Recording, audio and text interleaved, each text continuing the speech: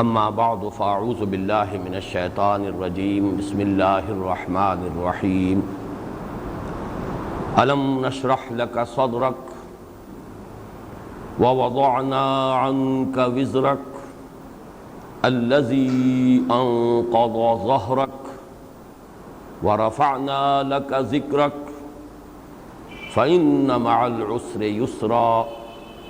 إن مع العسر يسرا فإذا فرغت فانصب وإلى ربك فارغب صدق الله العظيم رب اشرح لي صدري ويسر لي أمري واحلل عقدة من لساني يفقهوا قولي اللهم ربنا ألهمنا رشدنا وأعذنا من شرور أنفسنا اللهم أرنا الحق حقا وارزقنا اتباعه وأرنا الباطل باطلا وارزقنا اجتنابه اللهم وفقنا لما تحب وترضى اللهم ارحمنا بالقرآن العظيم واجعله لنا إماما ونورا وهدى ورحمة اللهم ذكرنا منه ما نسينا وعلمنا منه ما جهلنا وارزقنا تلاوته آناء الليل وآناء النهار واجعله لنا حجة يا رب العالمين اللهم اجعل القرآن ربيع قلوبنا ونور صدورنا وجلاء أحزاننا وذهاب همومنا وغمومنا آمين يا رب العالمين۔ قرآن حکیم کی صورتوں کا جو جوڑا سورۃ الضحیٰ اور سورۃ الانشراح پر مشتمل ہے، اس کے بارے میں تمہیدی باتیں کل تفصیلاً عرض کی جا چکی ہیں۔ چند جملوں میں بعض چیزیں ذہن میں تازہ کر لیں۔ ان دونوں کے مابین جوڑے ہونے کی نسبت اظہر من الشمس ہے، یہاں تک کہ ان کو ایک ہی صورت بھی قرار دیا جا سکتا ہے،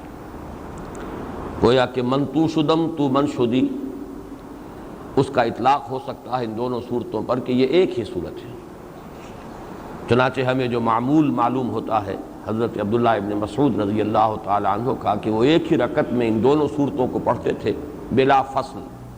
یعنی درمیان میں آیت بسم اللہ نہیں پڑھتے تھے، جیسے کہ آج میں نے مغرب کی نماز کی دوسری رکعت میں تلاوت کی ہیں دونوں صورتیں بلا فصل۔ یہ گویا کہ میں نے حضرت عبداللہ ابن مسعود رضی اللہ تعالی عنہ کی سنت پر عمل کیا۔ پھر یہ کہ ان دونوں صورتوں میں یہ بات قدر مشترک ہے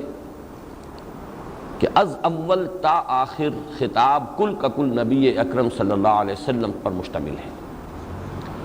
کفار سے، مسلمانوں سے، کسی اور سے کوئی بات نہیں، موافقین سے، مخالفین سے کوئی بات نہیں، مشرکین سے یا اہل کتاب سے کوئی خطاب نہیں، سارا خطاب ذاتی طور پر خالص نجی سطح پر نبی اکرم صلی اللہ علیہ وسلم کے ساتھ۔ جیسا کہ میں عرض کر چکا ہوں، ایک ہی جوڑا تو نہیں کہہ سکتے، لیکن دو ہی صورتیں اور ہیں قرآن حکیم میں جن کی یہ شان ہے، بہت مختصر ہے، سورۃ الکوثر، سورۃ النصر، ان میں بھی سارا خطاب حضور سے ہے۔ اور آج جیسا کہ میں آخر میں آپ کو بتاؤں گا، اس سورۃ الانشراح کے دو حصوں سے ان دو صورتوں کا بڑا گہرا ربط ہے۔ یہ کہا جا سکتا ہے کہ سورۃ الانشراح ہی کی دو آیات سے در حقیقت ان کا ربط ہے، اور انہی کی شرح پر وہ دو صورتیں مشتمل ہیں۔ پھر یہ کہ اس جوڑے کا جو ربط ہے معنوی سابقہ جوڑے سے، سورۃ اللیل اور سورۃ الشمس پر جو مشتمل ہے، وہ بھی اظہر من الشمس ہے، بارہا بیان ہو چکا ہے، اس وقت میں اس کا اعادہ نہیں کر رہا۔ ہاں ایک بات جس کی طرف کل ذرا میں نے تفصیل سے توجہ دلائی کہ قرآن حکیم کا جو یہ وصف ہے کہ یہ بیک وقت مشکل ترین کتاب بھی ہے اور آسان ترین کتاب بھی ہے، یہ وصف سب سے زیادہ نمایاں میرے نزدیک ان دو صورتوں میں ہے۔ نہ کوئی لفظ مشکل، نہ کوئی نحوی اشکال، لیکن جو مخاطب ہیں محمد الرسول اللہ صلی اللہ علیہ وسلم، ان کی ذات مبارک، اس کے اعتبار سے، پھر یہ کہ جو مضامین آئے ہیں ان کی نزاکت کے اعتبار سے، ان کی تعویل اور تعبیر جو ہے وہ آسان نہیں ہے، اس میں بڑے بڑے اشکال ہیں، بڑے بڑے سوال ہیں۔ اور جیسا کہ میں عرض کر چکا ہوں، میرا اپنا تاثر یہ ہے کہ ان صورتوں کے اصل مضمون کو نہ اہل لغت اور اہل ادب جو ہیں وہ پا سکتے ہیں، نہ ہی اہل منطق اور اہل عقل، بلکہ یہ در حقیقت انہی لوگوں کا کام ہے کہ جن کا اپنا کوئی معاملہ ہوتا ہے باطنی، اللہ کے ساتھ کوئی ایسا تعلق جو ہے ذاتی سطح پر، نجی تعلق، جس کے لیے میں نے وہ مصرع آپ کو سنایا کل بار بار، جو معاملہ نہ دارت سخن آشنا نہ باشد۔ جب تک اپنا کوئی تجربہ نہ ہو، اپنی کوئی واردات نہ ہو، اپنا کوئی احساس نہ ہو، اور اس طرح کی کیفیات سے انسان خود نہ گزرا ہو، تو ان باطنی حقائق کا صحیح ادراک جو ہے وہ انسان کے لیے ممکن نہیں ہوتا۔ یہی وجہ ہے کہ ان صورتوں کی تشریح اور تفسیر میں مجھے جو مدد حاصل ہوئی ہے وہ صوفیاء کرام، یعنی وہ مفسرین جن کا ذوق جو ہے متصوفانہ ہے، جن میں ہندوستان میں جو مفسرین ہمارے اس دور میں گزرے ہیں، ان میں سے قاضی ثناء اللہ پانی پتی رحمۃ اللہ علیہ جو بڑے اہم خلفاء میں سے تھے، اجل خلفاء میں سے، میرزا مظہر جانا شہید رحمۃ اللہ علیہ کی، یہ شہید ہیں، انہیں اہل تشیع نے شہید کیا تھا۔ آپ کو معلوم ہے کہ یہ جو سلسلہ ہے مجددیہ نقشبندیہ، حضرت مجدد الفسانی رحمۃ اللہ علیہ سے جو شروع ہوا ہے اس ہندوستان کی سرزمین میں، اس کے جو خصائص ہیں ان میں سے ایک خصوصیت یہ بھی ہے کہ اہل تشیع کی بڑی شدت کے ساتھ نفی کی ہے حضرت مجدد الفسانی رحمۃ اللہ علیہ نے، ورنہ بقیہ سلاسل میں تو بعض چیزیں ایسی ہیں کہ جن کو کہا جا سکتا ہے کہ وہ شیعیت کی طرف مائل کرنے والی ہیں لوگوں کو، لیکن حضرت مجدد رحمۃ اللہ علیہ نے جہاں ایک طرف وحدت الوجود کی وہ تعبیر کہ جو ہمہ اوست اور پینتھیزم کے ساتھ مل جاتی ہے، اس کی جو ہے نفی کی، اس کی تردید کی، اور وحدت الشہود کی جو محفوظ تعبیر ہے وہ کی فلسفہ وجود کے اعتبار سے،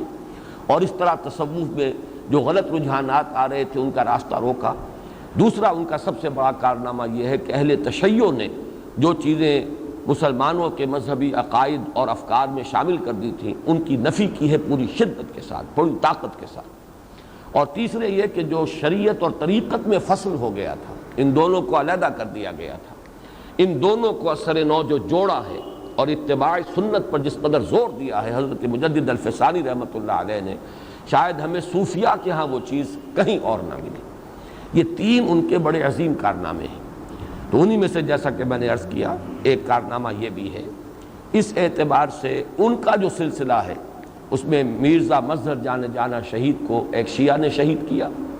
پھر انہی کے یہ شاگرد ہیں قاضی ثناء اللہ پانی پتی جنہوں نے اپنی تفسیر کو معنون کیا ہے اپنے استاد و مرشد ہی کے نام سے، تفسیر مظہری۔ تو تفسیر مظہری میں جو یہ ان صورتوں کی جو تفسیر آئی ہے مجھے سب سے زیادہ مدد اس سے حاصل ہوئی۔ اب جو اشکال میں نے کل بیان کیے تھے سورۃ الضحیٰ کے ضمن میں، سورۃ الانشراح میں وہ اشکال بہت نمایاں ہو کر سامنے آتا ہے۔ سورۃ الانشراح کے ضمن میں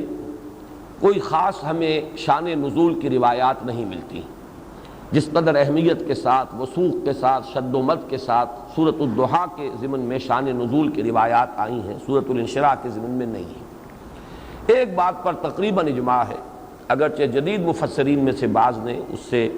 ایک طرح سے یوں سمجھیے کہ اپنا راستہ علیحدہ نکالا ہے، کہ انہوں نے اس صورت میں جو مضمون آیا ہے سختی کا، عسر کا، وہ بوجھ جو حضور کی کمر کو گویا کہ توڑے دے رہا تھا، اس سے انہوں نے استدلال کیا ہے کہ معلوم ہوتا ہے کہ یہ صورت اس زمانے میں نازل ہوئی جبکہ حالات بہت سخت ہو گئے تھے اور پرسیکیوشن جو ہے مسلمانوں پر اور حضور کی مخالفت بھی اور ایذا رسانی بھی بہت شدت کو پہنچ گئی تھی، تو ان آیات سے انہوں نے استدلال کر کے یہ رائے قائم کی ہے۔ ورنہ یہ کہ اکثر و بیشتر ہمارے متقدمین اور متاخرین ان کا اس پر اجماع اور اتفاق ہے کہ یہ بھی سورۃ الضحیٰ کے متصلاً بعد نازل ہوئی ہے، اور یہ بھی قرآن حکیم کی یعنی زمانہ نزول کے اعتبار سے بالکل ابتدائی صورتوں میں سے ہے۔ اب آئیے بس اس مختصر تمہید کے بعد ہم مطالعے کا آغاز کر رہے ہیں۔ الم نشرح لک صدرک، ایک بات اور نوٹ کر لیں، میں نے کل عرض کیا تھا کہ سورۃ الضحیٰ کے 3 حصے ہیں۔ پہلا حصہ 3 آیات پر مشتمل، والضحیٰ واللیل اذا سجی ما ودعک ربک وما قلی۔ یہاں جو مقسم بہی ہے جن سے قسم کھائی گئی اور مقسم علیہ، ان میں بڑا گہرا ربط ہے اور مضمون مکمل ہو جاتا ہے۔ دوسرا حصہ 5 آیات پر مشتمل ہے جس میں مستقبل کی امید دلائی گئی ہے، وعدے کیے گئے ہیں، وَلَلْآخِرَةُ خَيْرٌ لَكَ مِنَ الْأُولَىٰ وَلَسَوْفَ يُعْطِيكَ رَبُّكَ فَتَرْضَىٰ۔ اور اس کے لیے ماضی سے استشہاد کیا گیا ہے کہ آپ اگر اپنی گزشتہ زندگی پر ایک نگاہ بازگشت ڈالیں تو آپ کو خود اندازہ ہو جائے گا کہ آپ کو پایا یتیم تو اللہ نے آپ کے لیے ہر طرح کا بندوبست کیا، آپ کے لیے پناہ کا بندوبست کیا، آپ کو سہارا دلوایا۔ پھر یہ کہ دیکھا آپ کو کہ آپ طلب ہدایت میں سخت متحیر ہیں اور سخت جو ہے پریشان ہیں، ہدایت کی طلب میں سرگرداں ہیں، تو آپ کو ہدایت دی، پردے اٹھا دیے گئے، وحی کا آغاز ہوا، افلاک سے آتا ہے نالوں کا جواب آخر، اٹھتے ہیں حجاب آخر، کرتے ہیں خطاب آخر۔ پھر یہ کہ آپ کو پایا تنگ دست تو آپ کو غنی کر دیا۔ یہ درمیانی حصہ جو ہے در حقیقت سورہ انشراح جو ہے اس کا گہرا تعلق ابتدائی 3 آیات کا درمیانی ان 3 آیات سے ہے۔ آیات 6، 7، 8 اسلوب بھی وہی ہے۔ الم یجدک یتیما فآویٰ ووجدک ضالا فہدیٰ ووجدک عائلا فاغنیٰ الم نشرح لک صدرک ووضعنا عنک وزرک الذی انقض ظہرک۔ معلوم ہوتا ہے وہ 3 آیات اور یہ 3 آیات یہ تو گویا کہ تسلسل ہے، بالکل ایک ہی مضمون کے 2 رخ ہے، کہنے کا انداز ذرا مختلف ہے ورنہ بات وہی ہے جو کہی جا رہی ہے۔ اس سے پہلے جو آیت، اس کے بعد جو آیت آ رہی ہے وَرَفَعْنَا لَكَ ذِكْرَكَ، اس کا تعلق جڑتا ہے وَلَسَوْفَ يُعْطِيكَ رَبُّكَ فَتَرْضَىٰ وَلَلْآخِرَةُ خَيْرٌ لَكَ مِنَ الْأُولَىٰ۔ پھر سورۃ الضحیٰ میں آخری 3 آیات ہیں جن میں حضور کو کچھ ہدایات دی گئیں۔ فَأَمَّا الْيَتِيمَ فَلَا تَقْهَرْ وَأَمَّا السَّائِلَ فَلَا تَنْهَرْ وَأَمَّا بِنِعْمَةِ رَبِّكَ فَحَدِّثْ۔ اور کلمہ فا سے اس کا آغاز ہوا۔ اس سورہ مبارکہ کی آخری 2 آیات جو ہیں اسی طرح کلمہ فا سے شروع ہو رہی ہیں۔ فَإِذَا فَرَغْتَ فَانْصَبْ وَإِلَىٰ رَبِّكَ فَارْغَب۔ جیسے صیغے ہیں امر کے ان 3 آیتوں میں، ایسے ہی صیغے امر کے ہیں ان 2 آیتوں میں۔ تو گویا کہ مضامین کے اعتبار سے تجزیہ کریں گے آیات کا تو بہت قرب ہے، بہت مناسبت ہے، صرف ترتیب بدل گئی ہے۔ وہاں جو مضمون آیا ہے ابتدا میں وہ اس صورت میں درمیان میں آیا ہے، وہاں جو درمیان میں آیا ہے وہ اس صورت میں شروع میں آ گیا ہے، صرف اس کے اور کوئی فرق نہیں ہے۔ وہی 3 اجزاء ہیں سورۃ الضحیٰ کے اور وہی 3 اجزاء ہیں سورۃ الانشراح کے۔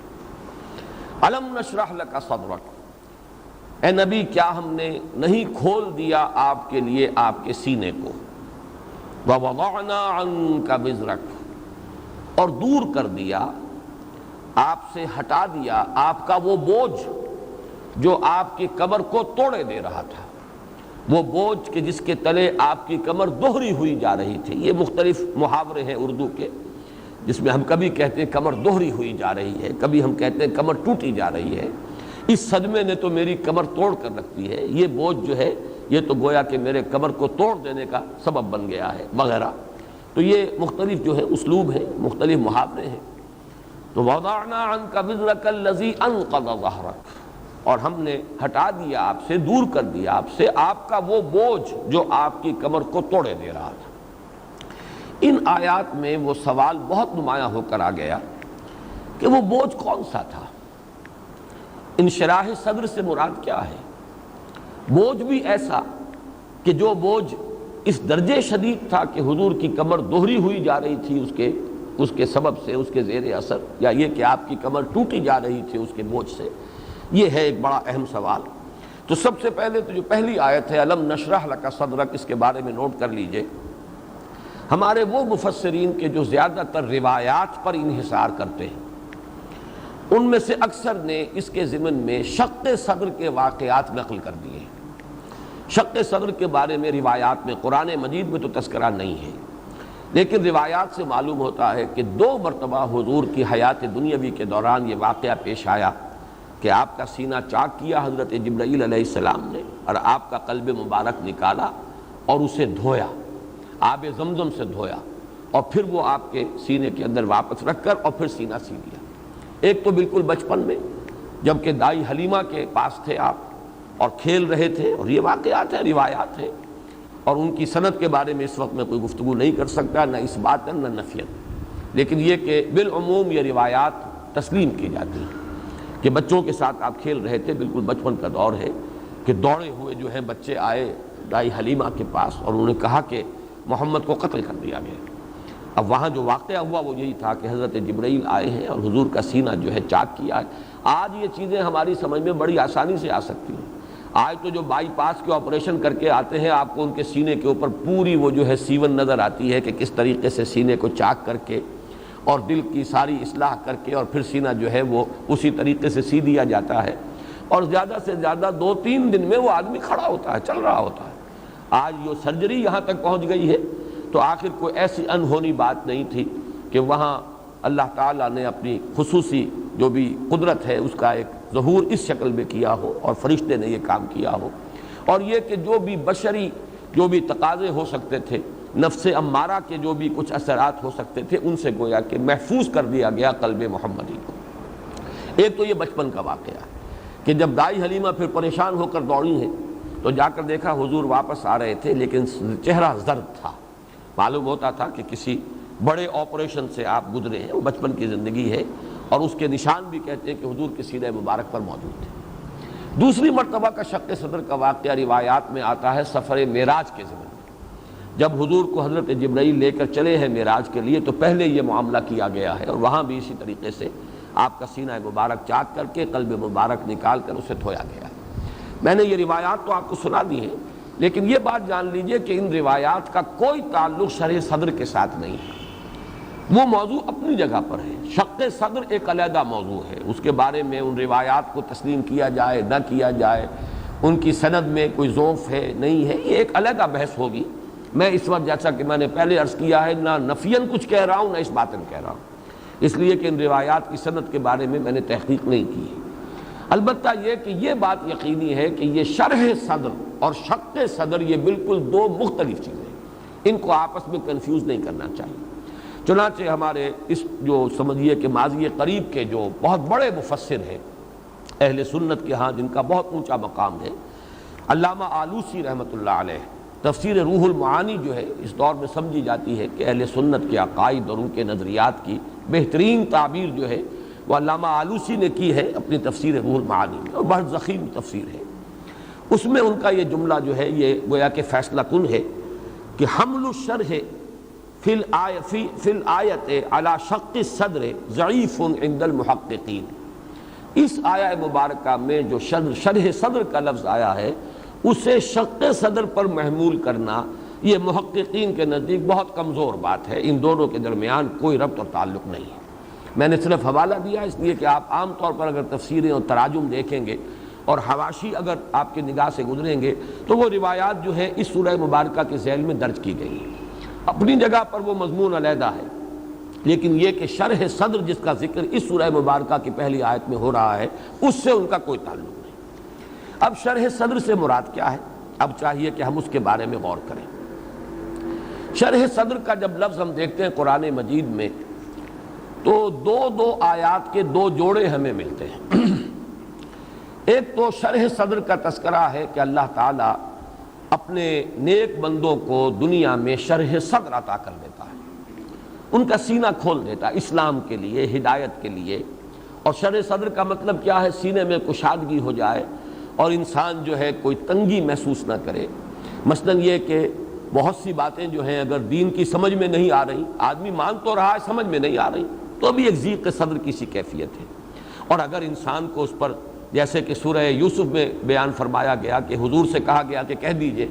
قل ھذہ سبیلی ادعو الی اللہ علی بصیرۃ انا ومن اتبعنی، اگر انسان ایمان رکھتا ہو علی وجہ البصیرت،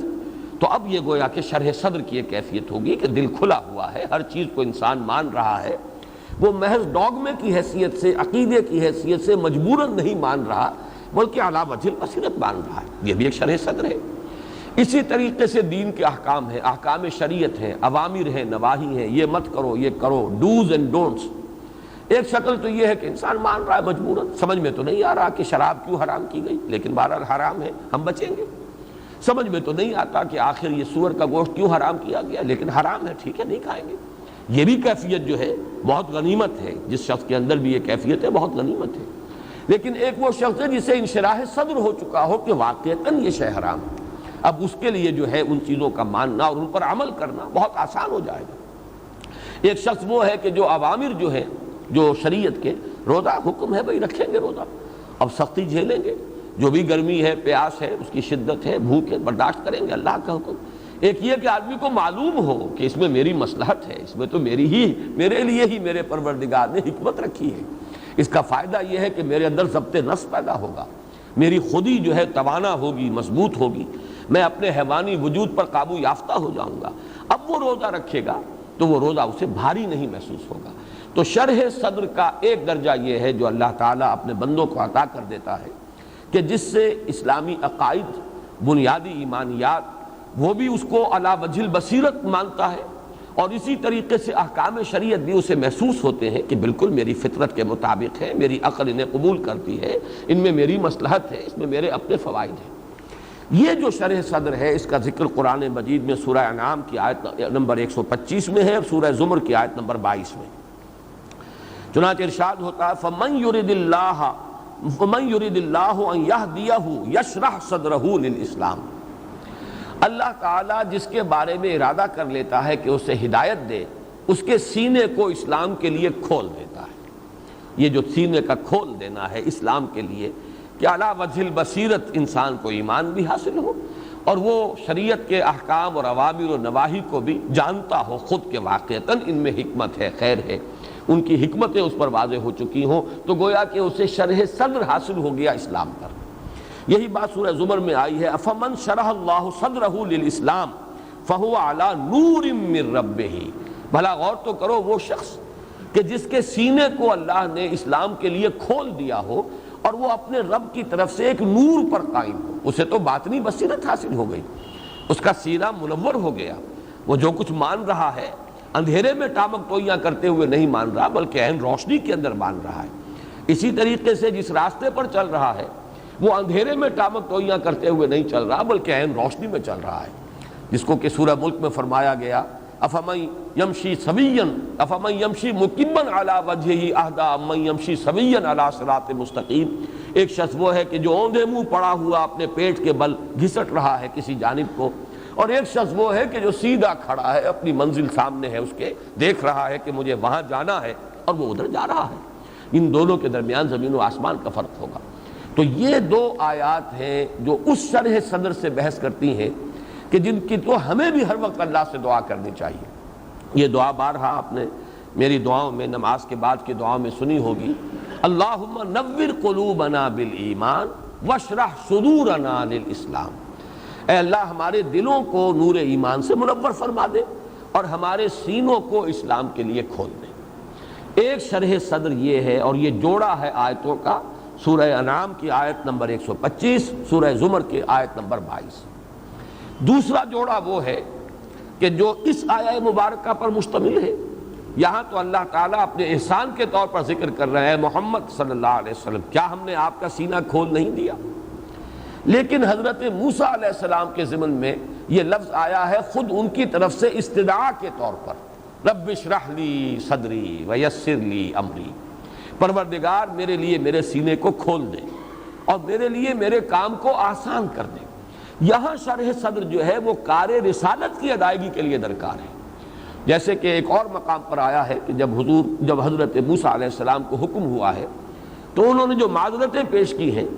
اور درخواست یہ پروردگار یہ ذمہ داری، میرے بھائی جو ہیں ہارون مجھ سے بڑے ہیں، ہوا افصح منی، وہ مجھ سے زیادہ طلاقت لسانی ان کو حاصل ہے، زیادہ فصیح اللسان ہے، تو ذرا یہ ذمہ داری ان کے حوالے کر دیں۔ لیکن یہ کہ میرا حال تو یہ ہے کہ یضیق صدری ولا ینطلق لسانی، میرا سینہ تو بھیجتا ہے، اس بوجھ کو اٹھانے سے میری جو ہے وہ سینے کے اندر مجھے گھٹن محسوس ہو رہی ہے، سینے میں بوجھ محسوس ہو رہا ہے۔ ولا ینطلق لسانی، یضیق صدری ولا ینطلق لسانی، اور میری زبان بھی فصاحت جو ہے اور طلاقت، یہ دونوں کیفیات جیسی کہ ہونی چاہیے اسے حاصل نہیں ہے۔ لہذا ایک طرف تو معذرت پیش کی ہے، لیکن جب ظاہر بات ہے اللہ تعالیٰ کی طرف سے فیصلہ یہی ہوا کہ نہیں، ذمہ داری تو تم پر ہی ہے بنیادی طور پر، البتہ یہ کہ تمہارے بھائی کو ہم ذریعہ بنا دیں گے تمہارے لیے تقویت کا، وہ وزیر ہو جائیں گے تمہارے لیے، بوجھ کے اٹھانے والے، شیئر کرنے والے، اس برڈن کے، وزیر کہتے ہیں بوجھ کا اٹھانے والا، یہ شیئر کریں گے رسپانسبلٹی کو تمہارے ساتھ، لیکن اصلاً یہ ذمہ داری تمہاری ہے۔ تو پھر جو دعا ہوئی ہے وہ یہ ہے رب اشرح لی صدری ویسر لی امری، اے رب میرے لیے میرے سینے کو کھول دے، مجھے جو بار گراں کا احساس ہو رہا ہے اسے مجھ سے ہٹا لے، وہ بوجھ جس کا میں اس وقت احساس کر رہا ہوں پروردگار اسے دور کر دے، اور میرے لیے میرے کام کو آسان کر دے۔ اب یسر لی امری جو ہے یہاں معین کر رہی ہے یہ آیت کہ اس میں کار رسالت کی جو ذمہ داری ہے اسی کے حوالے سے شرح صدر کی دعا کی جا رہی ہے۔ تو گویا کہ شرح صدر کے قرآن مجید میں اگر ہم جو یہ لفظ اور اصطلاح آئی ہے اگر اس کا استقصاء کرتے ہیں تو دو درجے ہوئے، ایک تو یہ کہ ایمان اور اسلام کے لیے سینے کا کھل جانا، ایک ہے کار رسالت کے بوجھ کو اٹھانے کے لیے جو ذمہ داری اور رسپانسبلٹی ہے رسالت کی، اس کی ادائیگی کا جو بوجھ ہے اس کے اعتبار سے شرح صدر، تو جس میں کہ حضرت موسیٰ علیہ السلام نے تو خود دعا کی رب اشرح لی صدری، اور یہاں حضور کے لیے خود اللہ تعالیٰ کی طرف سے یہ بطور احسان تذکرہ ہو رہا ہے، الم نشرح لک صدرک، کیا ہم نے آپ کے لیے آپ کے سینے کو کھول نہیں دیا۔ اب میں ذرا اس کے بعد چاہتا ہوں کہ اس شرح صدر اور اس کے ساتھ جب تک کہ ہم وزر جو حضور پر جو بوجھ تھا وہ کیا تھا، اور یسر جس کا آگے ذکر آ رہا ہے عسر وہ سختی کیا تھی، اس کے بارے میں جب تک ہم غور نہیں کر لیں گے تو شرح صدر کی بھی حقیقت جو ہے پورے طور سے واضح نہیں ہوگی۔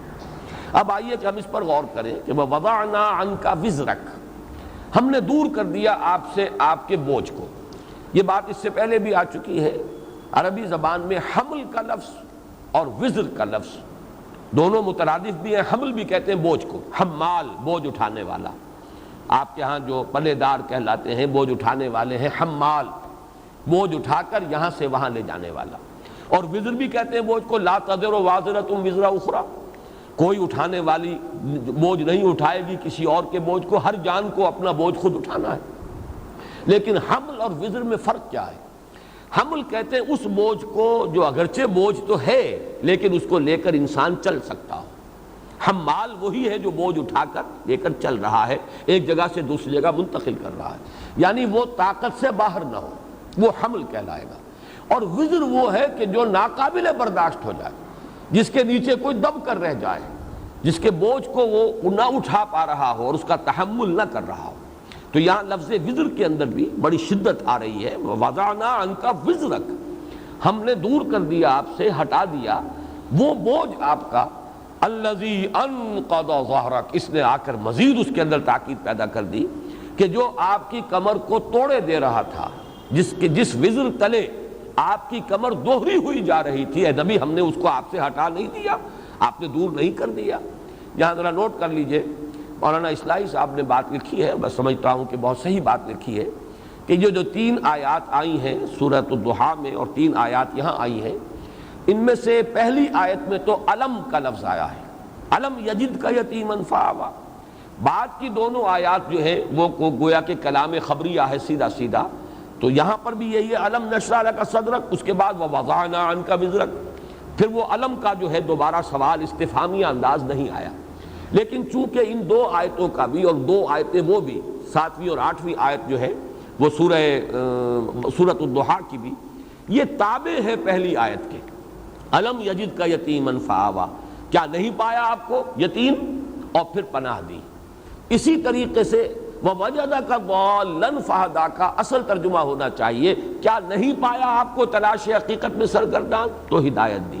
وَوَجَدَكَ عَائِلًا فَأَغْنَىٰ، یہ بھی چونکہ عطف اسی پر ہے، کیا نہیں پایا آپ کو تنگ دست کہ پھر آپ کو جو ہے سہولت اور فراخی عطا کر دی۔ اسی طرح یہاں بھی صحیح ترجمانی یوں ہوگی، الم نشرح لک صدرک، کیا نہیں ہم نے آپ کے سینے کو کھول دیا آپ کے لیے، وَوَضَعْنَا عَنْكَ وِزْرَكَ، اور کیا نہیں دور کر دیا آپ سے آپ کے اس بوجھ کو، الَّذِي أَنْقَضَ ظَهْرَكَ، کہ جو آپ کے پیٹھ کو، آپ کی کمر مبارک کو توڑے دے رہا تھا۔ میرے نزدیک یہ صحیح تعبیر ہے، اور یہ اس کو کہتے ہیں جس طرح بارہا میں نے عرض کیا، یہ استفہام جو ہے اگرچہ بظاہر تو استفہام ہے لیکن استفہام تقریری، کیا ہم نے ایسا نہیں کر دیا، کیا معنی ہم نے کر دیا ایسا، اصل میں کسی چیز کے اس بات کے لیے اور زور دینے کے لیے بظاہر استفہام کا اسلوب اختیار کیا جاتا ہے تاکید کے لیے، اس بات میں تاکید کے لیے۔ پھر یہاں سوال وہ آتا ہے کہ وہ بوجھ ہے کیا؟ اس بوجھ کے لیے 3 تعبیریں سامنے آئی ہیں، میں نے جتنا بھی مطالعہ کیا ہے ان کے حوالے سے میں عرض کر رہا ہوں۔ پہلی تعبیر سامنے آتی ہے اس انداز میں کہ وہ جو وَوَجَدَكَ ضَالًّا فَهَدَىٰ، وہ جو دور آپ پر گزرا ہے تلاش حقیقت، جس کو میں کل تعبیر کر چکا ہوں کہ خرد کی گتھیاں سلجھانا، خرد کی گتھیاں سلجھا چکا میں، اب یہ ایک آیت میں یہاں اس کا بیان ہو گیا ہے، ہم بھی ایک جملے میں کہہ دیتے ہیں، لیکن یہ وہی شخص جانتا ہے جو ان منزلوں سے گزرا ہو۔ یہ فلسفیانہ غور و فکر، تلاش حقیقت، اس کی سرگردانی، اس میں کیا کچھ انسان پر بیتتا ہے، کن کن مراحل سے وہ گزرتا ہے، کون کون سے مشکل جو ہے اس کے راستے میں مرحلے آتے ہیں، کن کن چڑھائیوں کو چڑھنا پڑتا ہے، تب کہیں جا کر ایک شخص صحیح بات تک پہنچتا ہے۔ تو یہ بھی ایک صعود ہے، فکری صعود، ایک چڑھائی ہے انسان کا ذہنی اور فکری سفر کہ جو بہت ہی مشقت طلب ہے۔ اور اس کے لیے میرا ذہن منتقل ہوا تھا کہ اگر تاریخ میں اس کا حوالہ آپ کو چاہیے تو میرے نزدیک اس کی بہترین تعبیر ہے گوتم بدھ کی زندگی۔ گوتم بدھ تلاش حقیقت ہی کے لیے نکلا تھا، کوئی کاروبار کرنے نہیں نکلا تھا، کوئی اور ایڈونچر جو ہے دنیا میں کسی اور وہ اپنی مہم جوئی پر نہیں نکلا تھا۔ At the prime of his youth, اس کی عمر 30 برس تھی اس وقت، کپل وستو کا شہزادہ، محل کو چھوڑا ہے، اس کی آسائشوں کو تج دیا، جوان بیوی کو سوتے ہوئے چھوڑ کر گیا ہے اور شیرخوار بچے کو چھوڑ کر گیا ہے۔ یعنی زندگی کے اندر جن جن چیزوں سے انسان کو ہو سکتا ہے قلبی لگاؤ، وہ سارے بندھن موجود تھے، لیکن نکلا ہے۔ کیوں نکلا ہے؟ وہ تلاش حقیقت، معلوم ہونا چاہیے یہ گتھی کیا ہے، جبکہ تجھ بن نہیں کوئی موجود، پھر یہ ہنگامہ اے خدا کیا ہے، یہ حقیقت کیا ہے؟ سروم دکھم، یہ کیوں کرب ہے، کیوں رنج ہے، کیوں غم ہے انسان کے لیے، کیوں دکھ ہے، کیوں کوئی اندھا پیدا کر دیا گیا ٹھوکریں کھا رہا ہے، گر رہا ہے، کیوں کسی والدین کے سامنے ان کا پیارا اور نہایت ہی خوبصورت بچہ دم توڑ رہا ہے، وہ کچھ نہیں کر سکتے سوائے اس کے کہ پچھاڑے کھا رہی ہے ماں، لیکن یہ کہ اور کچھ نہیں کر سکتے۔ یہ رنج اور غم کیوں ہے؟ آخر اس کا کوئی علاج ہے، اس کا مداوا ہے، کوئی سے رستگاری ہے تو کیا ہے؟ یہ ہے در حقیقت وہ سوال جو اس کے سامنے آیا۔ اور پھر جتنے سال ہا سال اس نے گزارے، جو جنگلوں کی خاک چھانی ہے اور ریگزار جو ہے نہ معلوم کتنے اس نے گزارے ہیں، کہاں کہاں دھونی رمائی ہے، کس کس منی اور رشی کے پاس جا کر ان کی جوتیاں سیدھی کی ہیں یا ان کی خدمتیں کی ہیں، کہاں کہاں جا کر مراقبے کیے ہیں، کیسے کیسے اس نے جو ہے غور و فکر کے مراحل طے کیے، اس سے پوچھیے۔ اس کی زندگی کا جو بھی نقشہ آتا ہے مہاتما گوتم بدھ کا، کپل وستو کا شہزادہ، تو اس سے اندازہ ہوگا کہ یہ کتنا مشکل اور کتنا کٹھن سفر ہے۔ یہ سفر جبکہ محمد الرسول اللہ صلی اللہ علیہ وسلم پر اگرچہ اس کی مدت کم ہے، لیکن یہ کہ کسی شے کی جو اس کا کوانٹیٹیو ایلیمنٹ ہے وہی فیصلہ کن نہیں ہوتا، تھوڑی مدت کے اندر بھی سخت ترین جو ہے اس کی شدت ہو سکتی ہے۔ جیسے کہ حضور صلی اللہ علیہ وسلم کی ایک حدیث میں آپ کو سنا رہا ہوں جو ابن عدی اور ابن عساکر اور ابو نعیم نے روایت کی حضرت انس سے رضی اللہ تعالیٰ عنہ، اور وہ حدیث یہ ہے کہ ما اوذی احد ما مثل ما اوذیت، کسی کو بھی نوع انسانی میں کسی کو بھی اتنی ایذائیں نہیں جھیلنی پڑی جتنی کہ مجھے جھیلنی پڑی، جتنی تکلیفیں میں نے اٹھائی ہیں کسی نے نہیں اٹھائی۔ اب اس پر ایک اشکال وارد ہوتا ہے کہ حضرت نوح علیہ السلام نے 950 برس تک دعوت دی ہے اور مخالفتیں جھیلی ہیں، استہزاء برداشت کیا ہے، تمسخر برداشت کیا ہے۔ حضور صلی اللہ علیہ وسلم کی تو حیات طیبہ آغاز وحی سے لے کر اور آپ کے انتقال تک کل 22 برس ہے، انہی میں آ گئی ساری سختیاں بھی آ گئی، انہی کے اندر آسانیاں بھی آ گئی، ان مع العسر یسرا، ان مع العسر یسرا، سارے مراحل اسے میں طے ہو گئے۔ اس طرح کی شدید پرسیکیوشن حضور کو نہیں جھیلنی پڑی جیسے کہ اور دوسرے بعض انبیاء کو جھیلنی پڑی، انبیاء قتل کر دیے گئے، انبیاء جو ہیں جو بھی ان کے ساتھ جو جس قدر سختی حضرت یوسف علیہ السلام نے جھیلی ہے جیل میں۔ تو معلوم یہ ہوتا ہے کہ ایک ہے کسی مسئلے کا کوانٹیٹیو ایلیمنٹ اور ایک ہے اس کا کوالیٹیٹیو ایلیمنٹ۔ ہو سکتا ہے کہ تھوڑی یعنی مقدار میں کوئی شے ہو لیکن اپنی شدت کے اندر جو ہے وہ اتنی زیادہ ہو کہ وہ اپنی وسعت اور اپنے طول و عرض کے اعتبار سے کم ہونے کے باوجود اس کا جو اثر ہے وہ اس سے کہیں زیادہ بڑھ جائے۔ اس اعتبار سے اگرچہ حضور پر یہ جو وقت گزرا ہے تلاش حقیقت، فلسفیانہ غور و فکر، تفکر والاعتبار، جو کل حضرت عائشہ صدیقہ رضی اللہ تعالی عنہ سے جو روایت مروی ہے اس کے حوالے سے میں آپ کو بتا چکا ہوں کہ فلما بلغ 40 سنة حبب الیہ الخلاء فکان یخلو بغار حراء یتحنس فیہ، جب 40 برس کے لگ بھگ آپ کی عمر ہوئی تو خلوت گزینی آپ کو محبوب کر دی گئی، آپ غار حراء میں جا کر خلوت گزین ہوتے تھے اور وہاں پر آپ عبادت کرتے تھے۔ اب عبادت کیا ہے اس کے بارے میں شارحین حدیث کا کہنا ہے کان صفت و تعبدہ فی غار حراء التفکر والاعتبار، غور و فکر کی وادیاں ہیں جو آپ نے طے کی ہے، اور اسی کے اندر جو ہے وہ سرگردانی کی کیفیت ہے۔ ووجدک ضالا فہدی۔ اسی طرح میں ایک مثال دے دوں، ہمیشہ میں دیا کرتا ہوں جب بھی گوتم بدھ کی مثال آئے، ایک میں سقراط کی مثال دیا کرتا ہوں، لیکن وہ اس اعتبار سے کہ اس نے زہر کے پیالے کو ترجیح دی ہے، جو حقیقت بھی اس پر منکشف ہوئی تھی، اس بات کو کہ اس کو وہ بیان کرنے سے باز آ جائے، اس پر ترجیح دی اس نے موت کو، زہر کا پیالہ پی لیا۔ لیکن یہ مشقت جو ہے، طلب ہدایت کی جو مشقت جھیلی ہے گوتم بدھ نے، تقریباً وہی مشقت ہے جو حضرت سلمان فارسی نے جھیلی ہے رضی اللہ تعالیٰ عنہ۔ ایران میں پیدا ہو رہے ہیں، بڑی آسائش کی زندگی ہے، والد جو ہے وہ آتش کدے کا کوئی اہم پروہت ہے، پجاری ہے، گویا کہ اس ریلیجس ہائرارکی میں اونچے مقام پر فائز ہے، لیکن یہ کہ فطرت جو ہے کو ابا کر رہی ہے کہ اپنے ہاتھ سے ہم اس میں ایندھن ڈالتے ہیں، آگ میں ہم جلاتے ہیں تو جلتی ہے، ایندھن ڈالیں تو یہ جاری رہتی ہے، اور اسی کے آگے ہاتھ جوڑ کر کھڑے ہو جائیں۔ لیکن پھر آپ کو معلوم ہے کس قدر مشقتیں جھیلی، گھر سے نکال دیے گئے، ایران سے گئے، شام پہنچے، وہ جس طریقے سے کہ گوتم بدھ کے بارے میں آتا ہے رشیوں اور منیوں کے پاس، کبھی ایک کے پاس، دوسرے کے پاس، تیسرے کے بعد، اسی طرح جو عیسائی اس وقت کے راہب موجود تھے شام میں، کبھی ایک کے پاس، دوسرے کے پاس، تیسرے کے پاس، یہاں تسکین نہیں ہوئی کسی اور کو تلاش کیا، اس سے بھی تسلی نہیں ہوئی کہیں اور گئے، آخر میں وہ ایک راہب ملا ہے جس سے کچھ تسکین ملی، لیکن یہ کہ جب اس کا بھی انتقال کا وقت آیا ہے تو اس سے کہا کہ میرا تو ابھی پوری طریقے سے سیری اور تشفی نہیں ہوئی، تو اب تمہارے بعد میں کہاں جاؤں؟ تو اس نے پھر رہنمائی کی ہے کہ میرا علم مجھے بتاتا ہے کہ اب آخری نبی کے ظہور کا وقت آ گیا ہے، جنوب کی طرف کھجوروں کی سرزمین میں ان کا ظہور ہونا ہے، جاؤ ٹرائی اور لک، قسمت آزماؤ، شاید اللہ تمہیں پہنچا دے۔ لہذا آپ سفر کر رہے ہیں مدینے کی طرف، درمیان میں جس قافلے میں سفر کر رہے تھے ڈاکوؤں نے حملہ کیا اور لوٹ لیا اور پکڑ کر ان کو غلام بنا کر بیچ دیا، لیکن خریدا کس نے؟ مدینے کے ایک یہودی نے، اور اس ذریعے سے مدینے میں پہنچ گئے۔ ابھی حضور نہیں پہنچے مدینے، لیکن یہ کہ خبریں مدینے میں بیٹھے ہوئے یہ سن رہے ہیں کہ مکے میں کسی کی نبوت کا معاملہ ہوا، کسی نے دعویٰ کیا ہے، لیکن اب ظاہر بات ہے آزاد آدمی نہیں تھے، پاؤں میں بیڑیاں غلامی کی تھی، اب ہل نہیں سکتے، تو منتظر تھے۔ اب آپ دیکھیے، میں یہ کہا کرتا ہوں حضرت سلمان فارسی کے مقام کو واضح کرنے کے لیے، اس کا مفہوم مخالف ذہن میں نہ لے آئیے گا کہیں حضور پر بھی میں آپ کو کوئی فضیلت دے رہا ہوں، معاذ اللہ، کہاں نبی کا مقام، کہاں ایک صحابی کا مقام، لیکن یہ کہ ایک تعبیر کا انداز ہے کہ باقی لوگوں کے معاملے میں تو آپ کہتے ہیں نا کہ انسان جو ہے پیاسا کنویں کے پاس چل کر جاتا ہے، کنواں تھوڑا ہی آتا ہے پیاسے کے پاس۔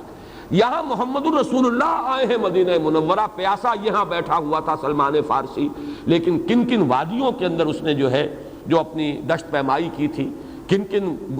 کٹھن مراحل میں سے گزرا تھا، اللہ تعالیٰ نے گویا پیاسے کے پاس کنویں کو بھیجا ہے کہ محمد الرسول اللہ صلی اللہ علیہ وسلم مدینے میں پہنچے۔ یہ بھی ایک تعبیر کی گئی ہے کہ اصل میں الم نشرح لک صدرک، اس سے مراد یہی ہے کہ یہ جو آپ کو تلاش حق کی سرگردانی تھی اور وہ جو ایک بڑا کٹھن مرحلہ آپ پر گزر رہا تھا، آپ جو کچھ مشاہدہ کر رہے تھے اس کے اعتبار سے، یہ دوسرا پہلو میں عرض کر دوں اس میں، تو یہ جو پہلا پہلو میں نے عرض کیا ہے اس کے اعتبار سے گویا کہ وَوَجَدَكَ ضَالًّا فَهَدَىٰ، یہ گویا کہ اس کے ساتھ اس کا تعلق ہوگا، یہ بوجھ تھا، یہ سختی تھی جو آپ پر گزری ہے، جس سے کہ اللہ تعالیٰ نے یہاں ہدایت دی، وَوَجَدَكَ ضَالًّا فَهَدَىٰ، اسی کو تعبیر کیا گیا لَمْ نَشْرَحْ لَكَ صَدْرَكَ وَوَضَعْنَا عَنْكَ وِزْرَكَ۔ ایک تو یہ تعبیر ہے۔ دوسری تعبیر یہ کی گئی ہے کہ نبی اکرم صلی اللہ علیہ وسلم جو کہ سلیم الفطرت انسان تھے، سلیم نہیں اسلم تھے فطرت کے اعتبار سے، سب سے بڑھ کر سلیم الفطرت انسان، اخلاق کی بلندیوں پر فائز، وَإِنَّكَ لَعَلَىٰ خُلُقٍ عَظِيمٍ۔ تو اپنے ماحول کا جب آپ مشاہدہ کرتے تھے کہ کس پستی میں انسان اس وقت پڑا ہوا ہے، کیا عقائد کی پستی ہے، کہاں اپنے ہاتھوں سے بت تراش کر انہیں پوجا جا رہا ہے، کہیں کچھ اور ہو رہا ہے، ظلم ہو رہے ہیں، ستم ڈھائے جا رہے ہیں غلاموں کے اوپر، ہر طاقتور جو ہے کمزور کو دبا رہا ہے، خون چوس رہا ہے، یہ سارا کچھ جو ہو رہا ہے، پھر فحاشی ہے، بے حیائی ہے، یہ ساری چیزیں جو ہیں اس کو دیکھ کر بھی ایک کڑھن، طبیعت کے اندر کڑھن کی ایک کیفیت جو ہے، رنج اور صدمہ، یہ بھی وہ بوجھ ہے کہ جو نبی اکرم صلی اللہ علیہ وسلم کے اعصاب پر اثر انداز ہو رہا تھا۔ اس کا اگر آپ جوڑ ملائیں گے تو جو اگلا جوڑا آ رہا ہے سورتوں کا، سورۃ التین اور سورۃ العلق، ان کا مرکزی مضمون یہی ہے کہ یہ جو پستی ہے جس میں انسان گر جاتا ہے، ثم رددناہ اسفل سافلین، یہ جو ایک حضور کا مشاہدہ تھا جو سورۃ التین میں آئے گا، ثم رددناہ اسفل سافلین، اور یہی معاملہ آئے گا سورۃ العلق میں، کلا ان الانسان لیطغی، یہ طغیانی، سرکشی، تعدی، ظلم، دست درازی انسان اس پر آمادہ ہو ہی جاتا ہے۔ کیوں ہو جاتا ہے اور اس سے بچاؤ کا راستہ کیا ہے، یہ سورہ علق جب پڑھیں گے تب اس پر ہم تفصیل سے غور کریں گے۔ اس وقت میں صرف یہ جو ایک دوسرا احتمال ہے اگر اس کو ہم مانیں تو اس سے تعلق جو ہے جڑ جائے گا اس سورہ مبارکہ کی ان آیات کا، سورۃ التین کی آیت سے، ثم رددناہ اسفل سافلین۔ اے محمد آپ کا مشاہدہ غلط نہیں ہے، واقعتاً انسان جب گرتا ہے تو نیچے والوں میں سب سے نیچے چلا جاتا ہے، یہ پھر حیوانیت کی سطح پر بھی نہیں رہتا، حیوانوں سے بھی گر جاتا ہے۔ اس میں درندگی آتی ہے تو یہ بھیڑیے کو مات کر دیتا ہے، اس میں شہوت پرستی آتی ہے تو یہ سوروں سے آگے نکل جاتا ہے، اس میں اگر کہیں ہرس آتی ہے تو بندروں کو پیچھے چھوڑ جاتا ہے، اس میں کینہ آتا ہے تو اونٹ کا کینہ، شتر کینہ تو کچھ بھی نہیں ہے جو کینہ جو ہے انسان کے اندر آتا ہے، اس میں حسد کی آگ بھڑکتی ہے تو کوئی بھی شاید حیوانات میں سے نہ ہو جس میں وہ حسد ہو جو اس میں ہے۔ تو واقعہ یہ ہے جیسے کہ دوسری جگہ پر فرمایا گیا اولئک کالانعام بل ھم اضل، یہ چوپایوں کے اور حیوانوں کے مانند نہ بلکہ ان سے بھی گئے گزرے۔ تو یہ مشاہدہ آپ کا غلط نہیں ہے، لیکن اس تصویر کا دوسرا رخ بھی ہے، وہ دوسرا رخ ہے جو سورۃ التین میں آئے گا۔ اسی طرح ظلم، زیادتی، یہ جو آپ کا مشاہدہ صحیح ہے، ان الانسان لیطغی، یہ بات آپ کا مشاہدے کے درجے میں، یہ بات غلط نہیں ہے، البتہ کیوں ہے اور اس سے رستگاری کیا ہے، اس سے کیسے انسان جو ہے نجات پا سکتا، یہ سورہ علق میں آئے گا۔ تو یہ گویا کہ دوسرا احتمال ہے۔ اب تیسرا احتمال، اور یہ کافی قوی احتمال ہے میرے نزدیک، کہ در حقیقت سورۃ الضحیٰ کے ساتھ جو تعلق ہے سورۃ الانشراح کا، اگر ان کو دونوں صورتوں کو بیک وقت رکھا جائے تو وہ جو قلق آپ کو تھا فترت وحی کی وجہ سے، جو آپ پر وہ آج کل کی اصطلاح کے اعتبار سے قبض کی کیفیت، صوفیہ کی اصطلاح میں، اور یوں سمجھیے کہ ایک نوع کی ڈپریشن کی کیفیت تھی کہ جو آپ پر طاری ہو گئی تھی، جس میں یہاں تک کی شدت بھی تھی کہ آپ اپنے آپ کو پہاڑ سے نیچے گرا دینے کے بارے میں سوچتے تھے، یہاں تک بھی کیفیت ہوئی، آپ کا اعصابی اضمحلال اس درجے کو پہنچ گیا کہ آپ مسلسل کئی رات اٹھ نہ سکے تہجد کے لیے، درحالے کہ حکم تھا قم اللیل الا قلیلا نصفہ او انقص منہ قلیلا اور زد علیہ ورتل القرآن ترتیلا۔ اور پھر یہ کہ آپ کا وہ صدمہ اس اعتبار سے، اور یہ گمان، اس قصد و ہزار بدگمانی کہ شاید میرے رب نے مجھے چھوڑ دیا ہے، شاید اس کی عنایتیں میرے شامل حال نہیں۔ تو یہ جو قبض ہے اس سے جب بست ہوا، وہی ہے جو تعبیر کیا جا رہا ہے الم نشرح لک صدرک ووضعنا عنک وزرک الذی انقض ظہرک۔ تو میں کل بھی بیان کر چکا ہوں قاضی ثناء اللہ پانی پتی رحمۃ اللہ علیہ کے حوالے سے کہ انہوں نے فرمایا ہے کہ جب بھی کسی انسان کو قبض کی کیفیت سے سابقہ ہو، جب یہ اندر سے جیسے طبیعت رک گئی ہو، جیسے کچھ بدلی کی سی کیفیت ہو، جیسے کچھ مایوسی کا سا انداز ہو، جیسے کوئی ہمت جواب دے رہی ہو، اگر قبض کی کیفیت ہو تو اس کیفیت میں اس کا مداوع، اس کا علاج کرنے کے لیے سورۃ الضحیٰ اکسیر کا درجہ رکھتی ہے، اس کی بڑی تاثیر ہے۔ اور اس میں میں اب اضافہ کر رہا ہوں آج کہ میرا اپنا یہ ذوق ہے، میرا اپنا یہ معمول ہے، یہ سائیکلز آتے ہیں مجھ پر بھی، یہ کبھی ایک انشراح کی سی کیفیت، کبھی انقباض کی سی کیفیت، کبھی مایوسی کی سی کیفیت۔ میں نے بار عرض کیا ہے کہ کبھی حالت یہ طاری ہو جاتی ہے کہ پاکستان کے مستقبل سے بالکل مایوسی ہو جاتی ہے، محسوس ہوتا ہے شاید ہم تباہی کے بالکل کنارے، گڑھے کے کنارے تک پہنچ چکے ہیں اور کوئی راستہ بچاؤ کا ہے نہیں، جس درجے پستی میں یہ معاشرہ ہمارا گر چکا ہے اور جس درجے جو ہے کیوس ہمارے ہاں موجود ہے۔ لیکن پھر کبھی ایسا ہوتا ہے کہ امید کچھ بننے لگتی ہے، کچھ حالات میں کوئی روشنی کی کرن نظر آتی ہے، یا وہ چیزیں جو ماضی کے حوالے سے میں کہا کرتا ہوں 400 برس کی تاریخ، یہ جو اشارے ہیں، پھر توجہ ان کی طرف زیادہ منعطف ہو جاتی ہے۔ تو اصل میں یہ تبدیلی داخلی ہوتی ہے، خارج کے اثرات اس پر نہیں ہوتے، انسان کی داخلی کیفیت کے اندر یہ یوں سمجھیے کہ ایک ابھار اور یا ایک جو ہے نیچے اور گراوٹ کی کیفیت، یہ جو کیفیات ہے یہ داخلی ہے، اس میں جو ہے اپ اینڈ ڈاؤن آتا ہے۔ اس میں میرا یہ معمول ہے کہ جب بھی یہ کیفیت ہوتی ہے، ویسے بھی یہ بھی میں عرض کر رہا ہوں میرے معمولات میں سے ہے کہ میں ظہر کی نماز میں ہمیشہ فرض میں پہلی رکعت میں سورۃ الضحیٰ اور دوسری میں سورۃ الانشراح، یہ میرے معمولات میں سے ہے۔ پھر یہ کہ جب خاص طور پر وہ ڈپریشن کی کیفیت ہوتی ہے، مایوسی کی، بددلی کی، قبض کی، تو سورۃ الضحیٰ کا میں ورد کرتا ہوں۔ اور پھر جب کیفیت مجھے محسوس ہوتی ہے کہ اب کچھ اللہ نے اس سے نکال دیا ہے، تو الم نشرح لک صدرک، اور اس کے ساتھ شکر، پروردگار یقیناً تو نے مجھے پھر وہ انشراح عطا کر دیا ہے، پھر اس اندھیرے سے نکال لیا ہے، پھر وہ بددلی کی کیفیت جو ہے اس کو ہٹا دیا ہے، تو اس پر ایک شکر کے جذبے کے ساتھ، جذبہ تشکر کے ساتھ الم نشرح لک صدرک ووضعنا عنک وزرک، یہ گویا کہ یہ ہدیہ تشکر اللہ کی جناب میں پیش کرنے کے لیے بہترین یہ آیات ہیں کہ جو سورۃ الانشراح میں نازل ہوئی۔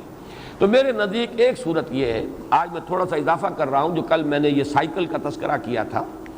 تو ہمارے اس دنیا میں ایک سائیکل اور بھی چلتا ہے۔ جن حضرات کو جغرافیہ جو پڑھا ہوگا کہیں 9ویں 10ویں میں، وہ کچھ یاد ہو تو وہ ذرا ذہن میں تازہ کریں۔ ہماری زمین جھکی ہوئی ہے 66 درجے کے زاویے پر،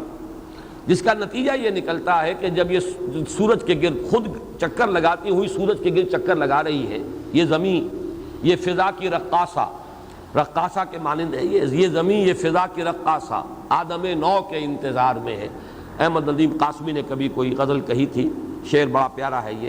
یہ زمین، یہ فضا کی رقاصہ آدم نو کے انتظار میں ہے، کوئی نیا آدم آئے۔ یہ آدم تو بڑا بوسیدہ ہو گیا، فرسودہ ہو گیا، بہت پستیوں میں گر گیا، اب تو کوئی اور آدم چاہیے جو ذرا بلند ہمت آدم ہو، ایک ایسا انسان آئے دنیا میں جس کے اندر عزیمت ہو، پختگی ہو۔ خیر وہ ایک شعر کے حوالے سے عرض کر رہا ہوں۔ تو سورج جو ہے وہ کبھی آپ کو معلوم ہے کہ وہ جاتا ہے خط سرطان تک، پھر وہ نیچے اترتا ہے، پھر خط استوا کو کراس کرتے ہوئے پھر جاتا ہے خط جدی تک، پھر وہ ابھرنا شروع کرتا ہے، پھر وہ ایکویٹر کو، خط استوا کو کراس کرتا ہے۔ ایک سال میں ایک سائیکل پورا ہوتا ہے، گویا کہ ایک مرتبہ وہ شمال میں جاتا ہے خط استوا سے اور خط سرطان تک پہنچ گیا،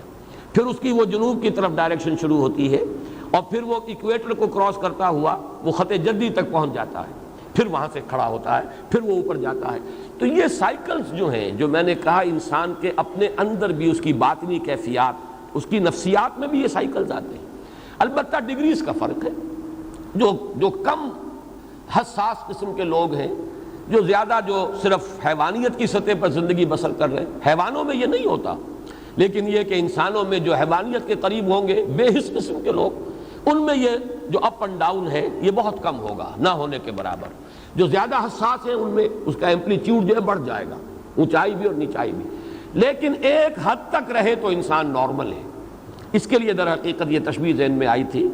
کہ سورج اگر خط سرطان سے اوپر چلا جائے اور اگر وہاں سے بھی ورٹیکل جو شعاعیں ہیں وہ پڑنے لگیں قطب شمالی کی طرف، تو سمجھ لیجئے کہ دنیا ختم ہو جائے گی۔ اتنا برف پگھلے گا کہ پورا گلوب جو ہے فلڈ ہو جائے گا، پانی سے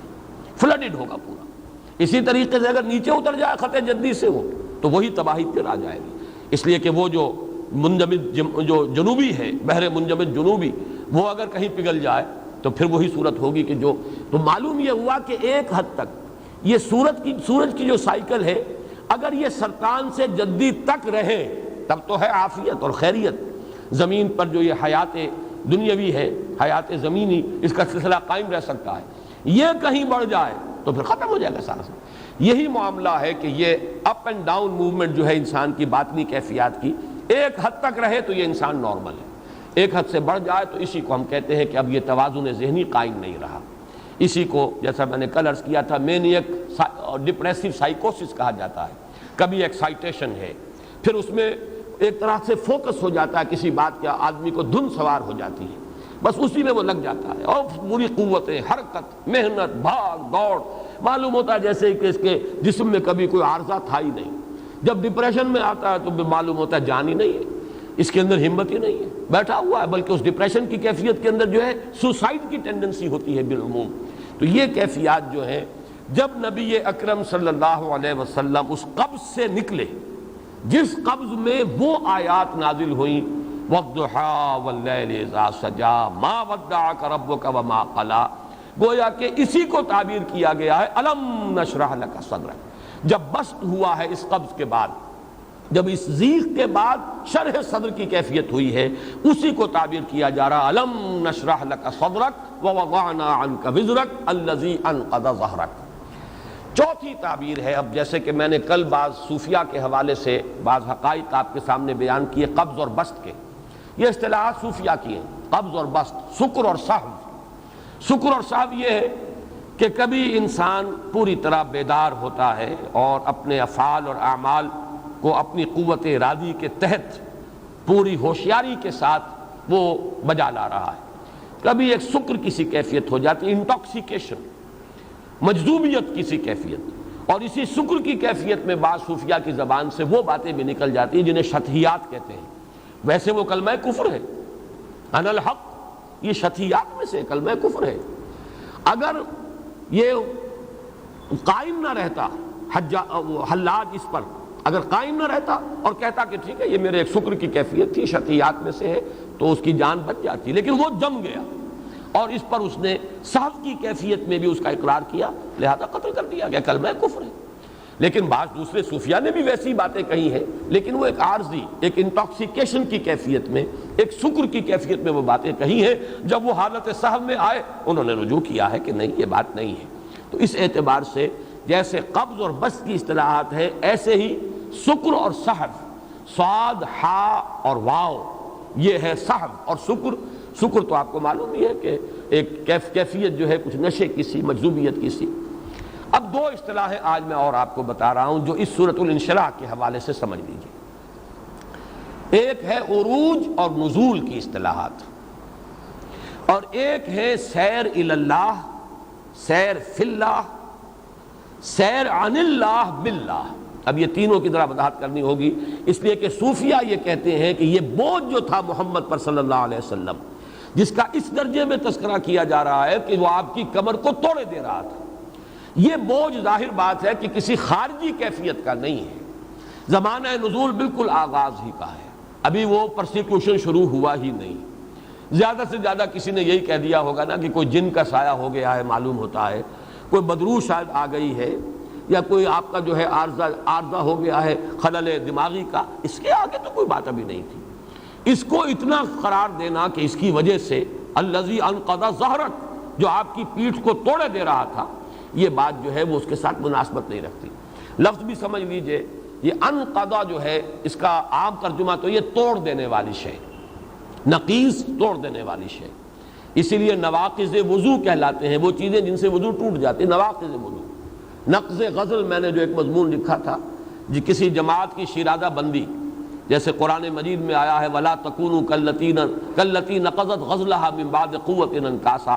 اس عورت کے مانند نہ بنو جس نے بڑی محنت سے سوت کاٹا اور پھر اس کے ٹکڑے ٹکڑے کر دیے، ریزہ ریزہ کر دیا۔ تو نقض کے معنی توڑنا، توڑ پھوڑ دینا، ٹکڑے ٹکڑے کر دینا۔ لیکن اصل میں لغت میں جو اس کی بنیاد ہے وہ جان لیجئے،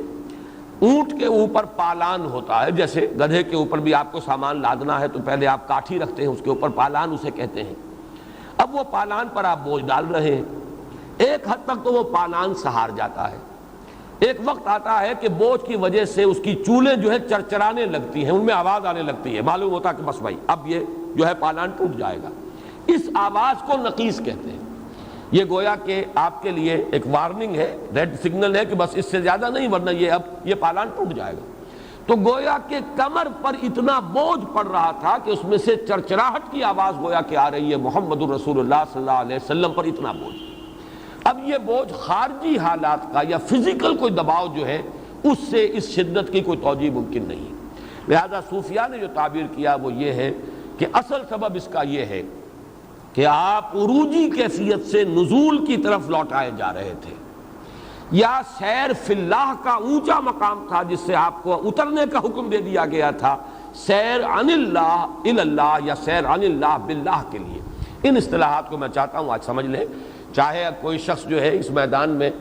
کوئی قدم رکھنے کا ارادہ رکھتا ہو نہ رکھتا ہو۔ میرا اپنا مزاج بھی جو ہے میں عرض کیے دیتا ہوں کہ جہاں تک جو عملی مراقبے وغیرہ اور ذکر اور اشغال کے جو بھی طریقے ہیں مختلف سلاسل تصوف کے، مجھے ان سے کوئی مناسبت نہیں۔ میں تو سلوک محمدی کا قائل ہوں، جس کا اصل جو ہے سلسلہ وہ ہے جہاد، محنت، اقامت دین کی جد و جہد، اس کے لیے ایثار، اس کے لیے قربانی، اس میں استقامت۔ باقی یہ چیزیں جو ہیں یہ صوفیاء کے اپنے طریقے ہیں، مجھے ان سے کوئی مناسبت نہیں، لیکن تصوف کا جو علمی پہلو ہے، فکری پہلو ہے، اس سے مجھے گہرا شغف ہے، اس کا اللہ کے فضل و کرم سے پورا ادراک اور شعور بھی مجھے حاصل ہے، پوری گہرائی کے اندر میں اس کو سمجھتا ہوں، اور میری ذہنی اور قلبی اور نفسیاتی مناسبت اس کے ساتھ ہے، اور وہ ساری چیزیں میں قرآن حکیم سے میں نے اخذ کی ہیں، میرا کوئی اور سورس نہیں ہے، قرآن حکیم ہی میں ایمان کے باطنی حقائق، مقام رضا، مقام تسلیم، اب یہ تمام چیزیں جو مقام صبر، مقام توکل، جو کہ سورہ تغابن کے درس کے ضمن میں بیان کرتا ہوں اور آپ میں سے اکثر حضرات کے علم میں ہے، یہی تو ہے کہ جو تصوف کے موضوعات ہیں۔ اسی طریقے سے یہ جو کیفیات باطنیہ ہیں، جیسا کہ میں نے پہلے بھی عرض کیا تھا، میرے نزدیک سب سے بڑے ماہرین علم نفس جو ہیں وہ ہمارے صوفیاء ہیں۔ انسان کی باطنی کیفیات میں جو اتار چڑھاؤ آتا ہے، جو تغیر و تبدل آتا ہے، اس کا جتنا گہرا شعور و ادراک مسلمان صوفیاء کو حاصل رہا ہے اور کسی کو حاصل نہیں رہا۔ اس اعتبار سے میں یہ چاہتا ہوں کہ ان چیزوں سے ضرور ذہنی مناسبت آپ حضرات کو بھی پیدا ہو اور ان کو سمجھیں، تاکہ وہ بہت جو ذہنی ہے وہ ختم ہو جائے۔ عملی طور پر معاملہ جو ہے وہ ایک علیحدہ معاملہ ہے، کوئی اگر اس راستے پر جائے تو میں اسے حرام نہیں کہتا، یہ ہے کہ میری اپنی مناسبت اس کے ساتھ نہیں ہے، اسی لیے میں نے کسی سے بیعت نہیں کی، لیکن یہ کہ جہاں تک یہ حقائق ہیں باطنی نفسیاتی حقائق اور دوسری طرف فلسفیانہ حقائق، پھر وہ ایمان کے جو باطنی ثمرات ہیں ان کا معاملہ، یہ میں قرآن مجید کے حوالے سے جانتا ہوں، اور میرا اس کے ساتھ قلبی مناسبت ہے، طبی مناسبت ہے، ذہنی مناسبت ہے، اس لیے میں یہ آج اصطلاحات آپ کو بتا رہا ہوں۔ دیکھیے، عروج اور سیر الی اللہ یہ دونوں ہم معنی الفاظ ہیں۔ ایک شخص اللہ کا قرب حاصل کر رہا ہے، ذہناً، قلباً، عملاً، تقرب الی اللہ، جس کے لیے کہ ایک تقریر میں نے کی تھی کبھی ہمارے سالانہ اجتماع تنظیم اسلامی کے، اور اس حدیث کے حوالے سے تقرب الی اللہ کے دو مراتب ہیں، ایک ہے تقرب بالفرائض، ایک ہے تقرب بالنوافل۔ غور و فکر، سوچ بچار، یہ فکری ایک انداز ہے اللہ کی طرف انسان بڑھ رہا ہے۔ من اتی اللہ بقلب سلیم، جو اللہ کے قریب آ رہا ہے، قرب حاصل کر رہا ہے، اس کو آپ کہیں گے عروجی کیفیت ہے، اوپر جا رہا ہے انسان، اس عالم خاکی سے بلند ہو رہا ہے، اس حیوانی سطح سے ترفع حاصل کر رہا ہے، ذہناً، قلباً، روحاً، وہ گویا کہ بازار سے گزرا ہوں، خریدار نہیں ہوں، رہتا اس دنیا میں لیکن حقیقت میں اس دنیا میں نہیں رہتا، اس سے بلند تر زندگی گزار رہا ہے۔ یہ وہ شخص ہے کہ جس کے بارے میں وہ شعر پھر میرے ذہن میں آ گیا کہ مومن کی یہ پہچان کہ گم اس میں ہے آفاق، اور کافر کی یہ پہچان کہ آفاق میں گم ہے۔ یہ سیر الی اللہ، اللہ کی طرف بڑھ رہا انسان، تقرب، وہ یہ تقرب جو ہے یہ کوئی فزیکل نہیں ہوتا کہ آپ یہاں سے 2 میل اوپر ہو گئے تو اللہ سے قریب تر ہو گئے، یا اگر 1000 میل اوپر خلا میں چلے گئے تو اللہ سے اور قریب تر ہو گئے، یہ فزیکل ایلیمنٹ نہیں ہے، یہ نفسیاتی اور قلبی اور روحانی کیفیات ہے تقرب کے مراحل، اس کو آپ عروج بھی کہیں گے، اور سیر الی اللہ۔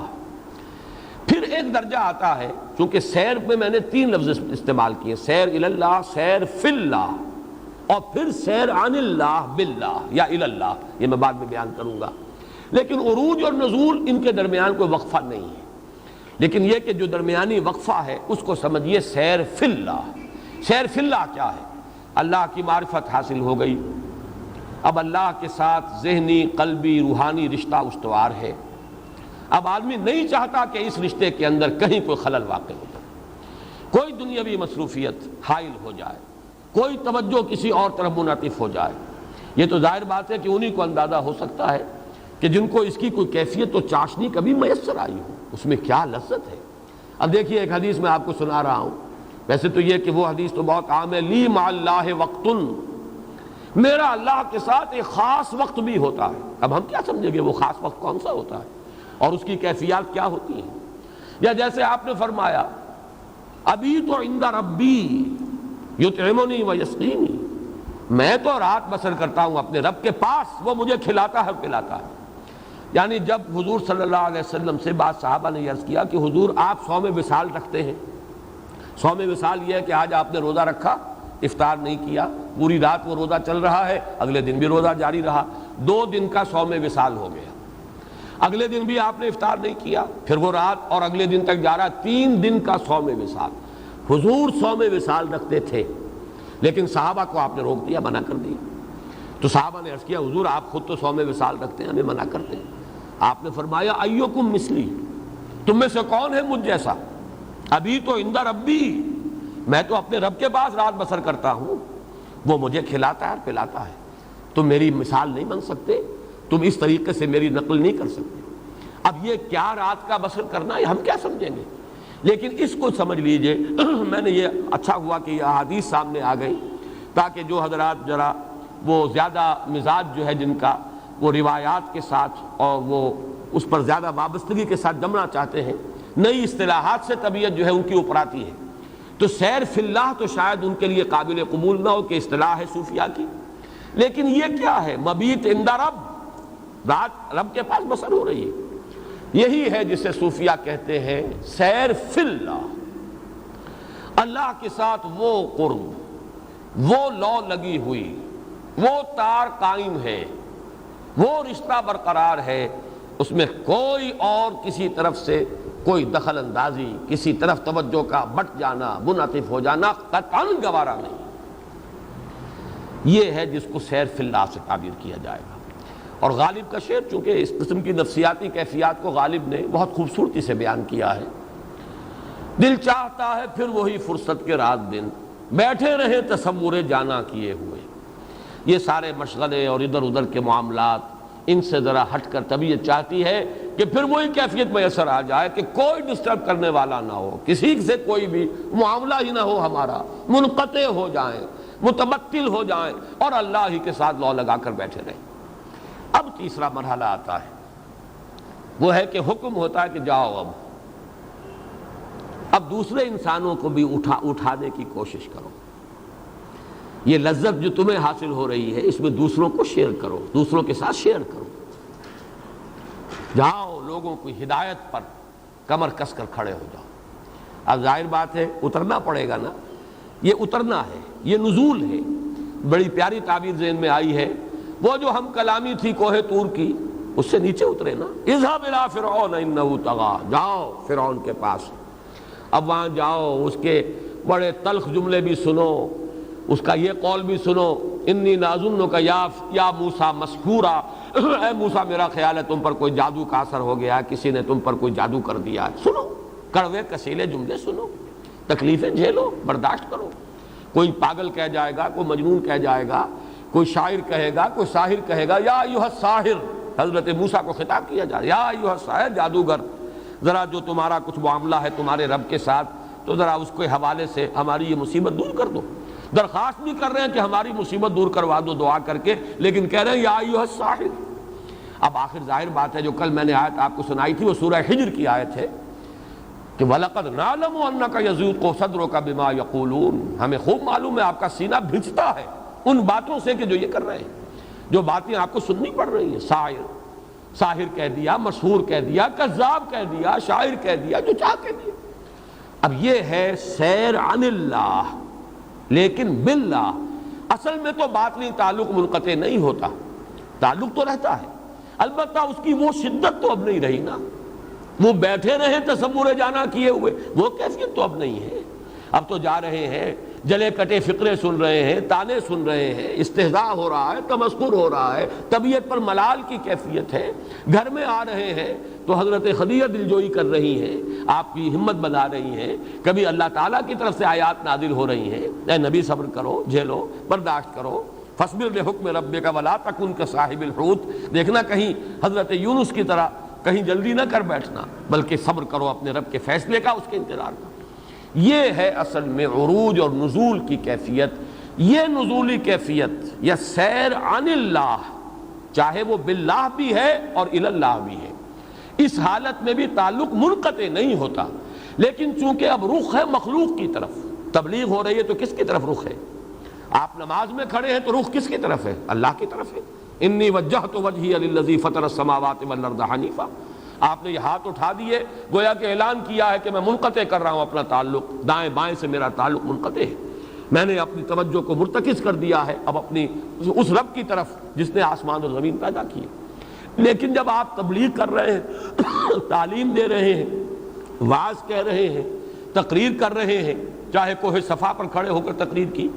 چاہے بنو ہاشم کو جمع کر کے کھانا کھلا کر آپ نے اپنی دعوت پیش کی، یہاں رخ کس کی طرف ہے؟ یہاں تو مخلوق کی طرف ہے۔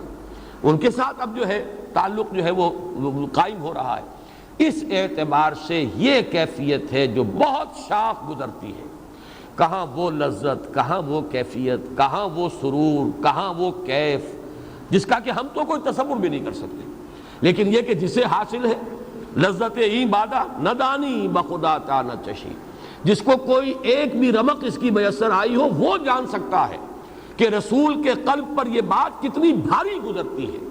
کجا وہ کیفیت اور کجا یہ کیفیت۔ یہ ہے اصل میں شاخ گزرنے والی بات۔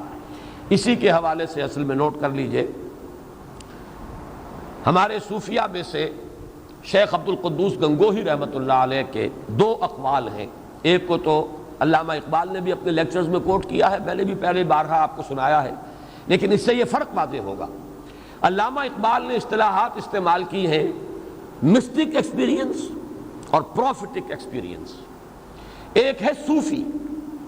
وہ صوفی تو لو لگا کر بیٹھ جاتا ہے